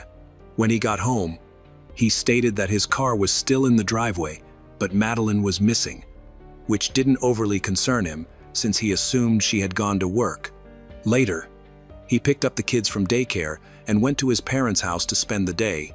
Investigators began reviewing surveillance footage from the neighborhood, and even at this early stage, inconsistencies in Adam's story emerged. A camera from a nearby house recorded him at 9:44 a.m. walking up to Madeline's minivan and removing its license plate. A few minutes later, he put a different plate on it. By 9:55 a.m., he got into the minivan, and at exactly 10 o'clock a.m., it drove out of the driveway. At 10:02 a.m., the van was captured on camera at a nearby gas station. After that, it was seen at various points along Highway 43 heading south toward Mabel. However, contrary to Adam's claims, no cameras in Mabel recorded the van's arrival. Following a long period with no surveillance sightings, the van reappeared in footage around 1:28 p.m. back in Winona. Returning to the driveway, the gap between 11:59 a.m. and 1:28 p.m. was unexplained, with no cameras capturing the van or Adam during that time. This raised significant concerns that the vehicle had been in a remote location where it could have been concealed. When investigators questioned Adam again, he struggled to explain why he swapped the license plates, why his travel route didn't match the camera footage, or why his phone's GPS didn't show any record of the trip. It was later revealed that the day before Madeline disappeared, Adam had turned off location tracking on all his accounts, including several Gmail addresses, and deactivated the home's security camera system. Even more suspiciously, the surveillance system at his parents' house, where he later took the kids, had been completely wiped. During the search of the house, investigators found that parts of the security system were physically removed, and the memory cards were missing. Adam couldn't clearly explain why this happened right around the time of Madeline's disappearance. He said it was part of preparations for a move, but given the circumstances, this explanation didn't make sense. Detectives suspected he was trying to erase any visual evidence of his actions. Increased concern arose from Adam's behavior after Madeline went missing. He did not participate in search efforts, showed no initiative in gathering information, avoided public statements, and distanced himself from the volunteers. Later, he claimed law enforcement advised him to stay away, a statement that officials later denied. These actions, removing security footage, switching license plates, disabling GPS tracking, painted a concerning picture. By this point in the investigation, it was clear that Adam's behavior did not align with that of a person genuinely worried about the disappearance of the mother of his children.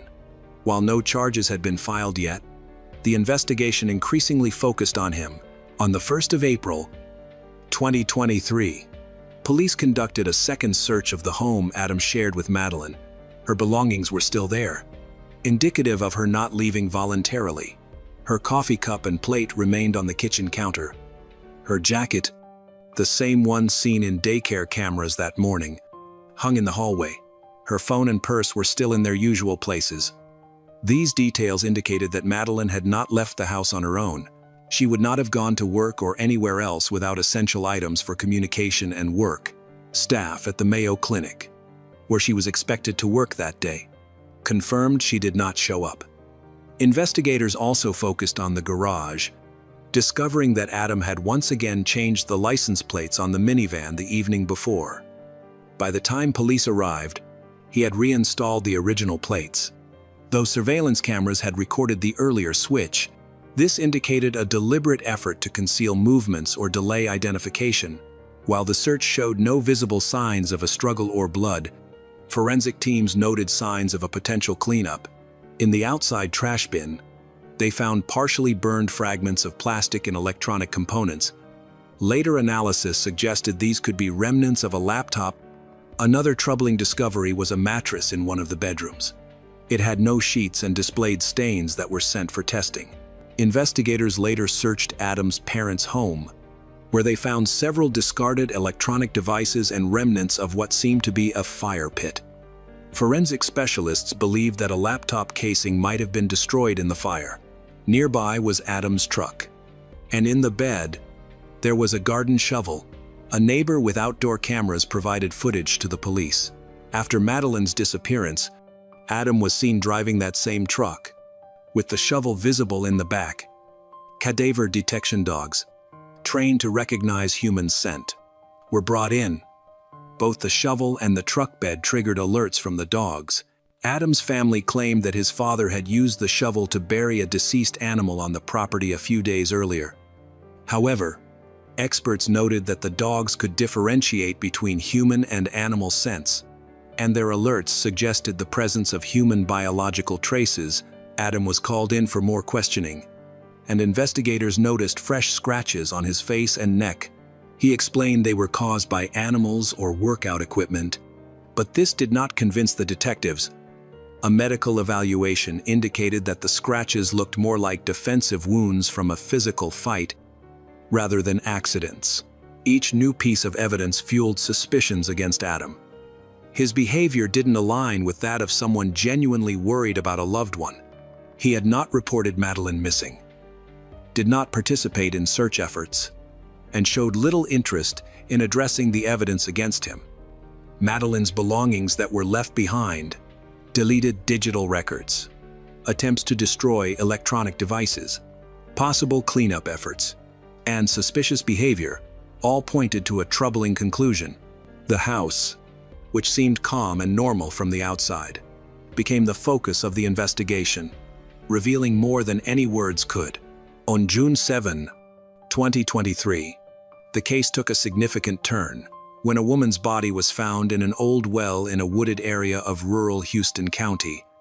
This discovery came from a targeted search effort, which included analyzing the routes Adam took on the day Madeleine disappeared. The body was wrapped in a plain white bedsheet and tightly secured with layers of tape. Investigators also discovered pieces of a gray towel and a fabric pillow cover, which were bundled to reduce odor and delay detection. The well's location was carefully selected. However, it was abandoned, difficult to access, and not directly linked to the Adam family, though it was later confirmed that the land had connections to them. After identifying the body through DNA and distinct features, Adam Fravel was arrested without resistance. He faced charges of second-degree intentional homicide with aggravating factors of premeditation and extreme cruelty. Prosecutors presented evidence collected over more than 2 months. Detectives found that the bedsheet in the well matched the linens from the couple's shared bedroom, while the towel and pillowcase matched a set in a hallway closet. Partial fingerprints on the tape matched Adam's. Additionally, microscopic fibers on the fabric matched particles from Madeleine's minivan. Investigators suggested the crime was motivated by a need for control. Adam felt he was losing Madeleine as she planned to move out and start a new relationship, disrupting the life he was accustomed to. Financial motives also played a role, as Madeleine had a life insurance policy that would benefit Adam in the event of her death. Lastly, her leaving would mean shared parenting duties, removing his leverage over her. Experts concluded that Madeleine died from asphyxiation, and the absence of struggle at the body location indicated the crime likely happened elsewhere, probably at her home. Psychological experts pointed out that such crimes are often committed by someone close to the victim, typically culminating from ongoing conflict, where violence is used as a last effort to regain control. After Adam Fravel's arrest, he refused to assist law enforcement. During questioning, he avoided direct inquiries, claiming he was tired or confused about the events. He did not confess to any wrongdoing. However, During preliminary hearings, the court concluded there was enough evidence to move forward with a full criminal trial. The judge mandated that he be held in custody without bail. 68 days after Madeleine went missing, critical truths began to surface through confirmed information. Initial fears and speculations evolved into concrete evidence, while nothing could bring Madeleine back. The investigation achieved its primary goal: uncovering what happened and identifying those responsible. With Adam in custody, the case progressed to the next difficult phase: the legal pursuit of justice. The accusations were based on various types of evidence, including objects found in his house, the connection between the discoveries in the well and his belongings, testimonies from witnesses, analyses from experts, along with a detailed history of his relationship with Madeleine. All of these factors combined to form a convincing narrative. During the preliminary hearings, Adam continued to deny any connection to the events. He claimed ignorance about how Madeleine's body ended up in the well and maintained that he would never harm her. His defense tried to question the investigation's validity, hinting at possible errors or misunderstandings. But public sentiment largely favored the prosecution. Amid these legal issues, Madeleine's family was engaged in a separate personal struggle. They sought custody of Madeleine's son and daughter, aiming to protect them from the influence of a father who is now facing serious criminal allegations. On November 7, 2024, a judge in Winona sentenced Adam Fravel, 30, for the murder of Madeleine Kingsbury. Madeleine's story serves as a powerful reminder of the importance of recognizing and addressing domestic abuse warning signs seriously. In Minnesota and beyond, people mobilized for change, starting foundations and holding demonstrations to prevent similar tragedies from occurring.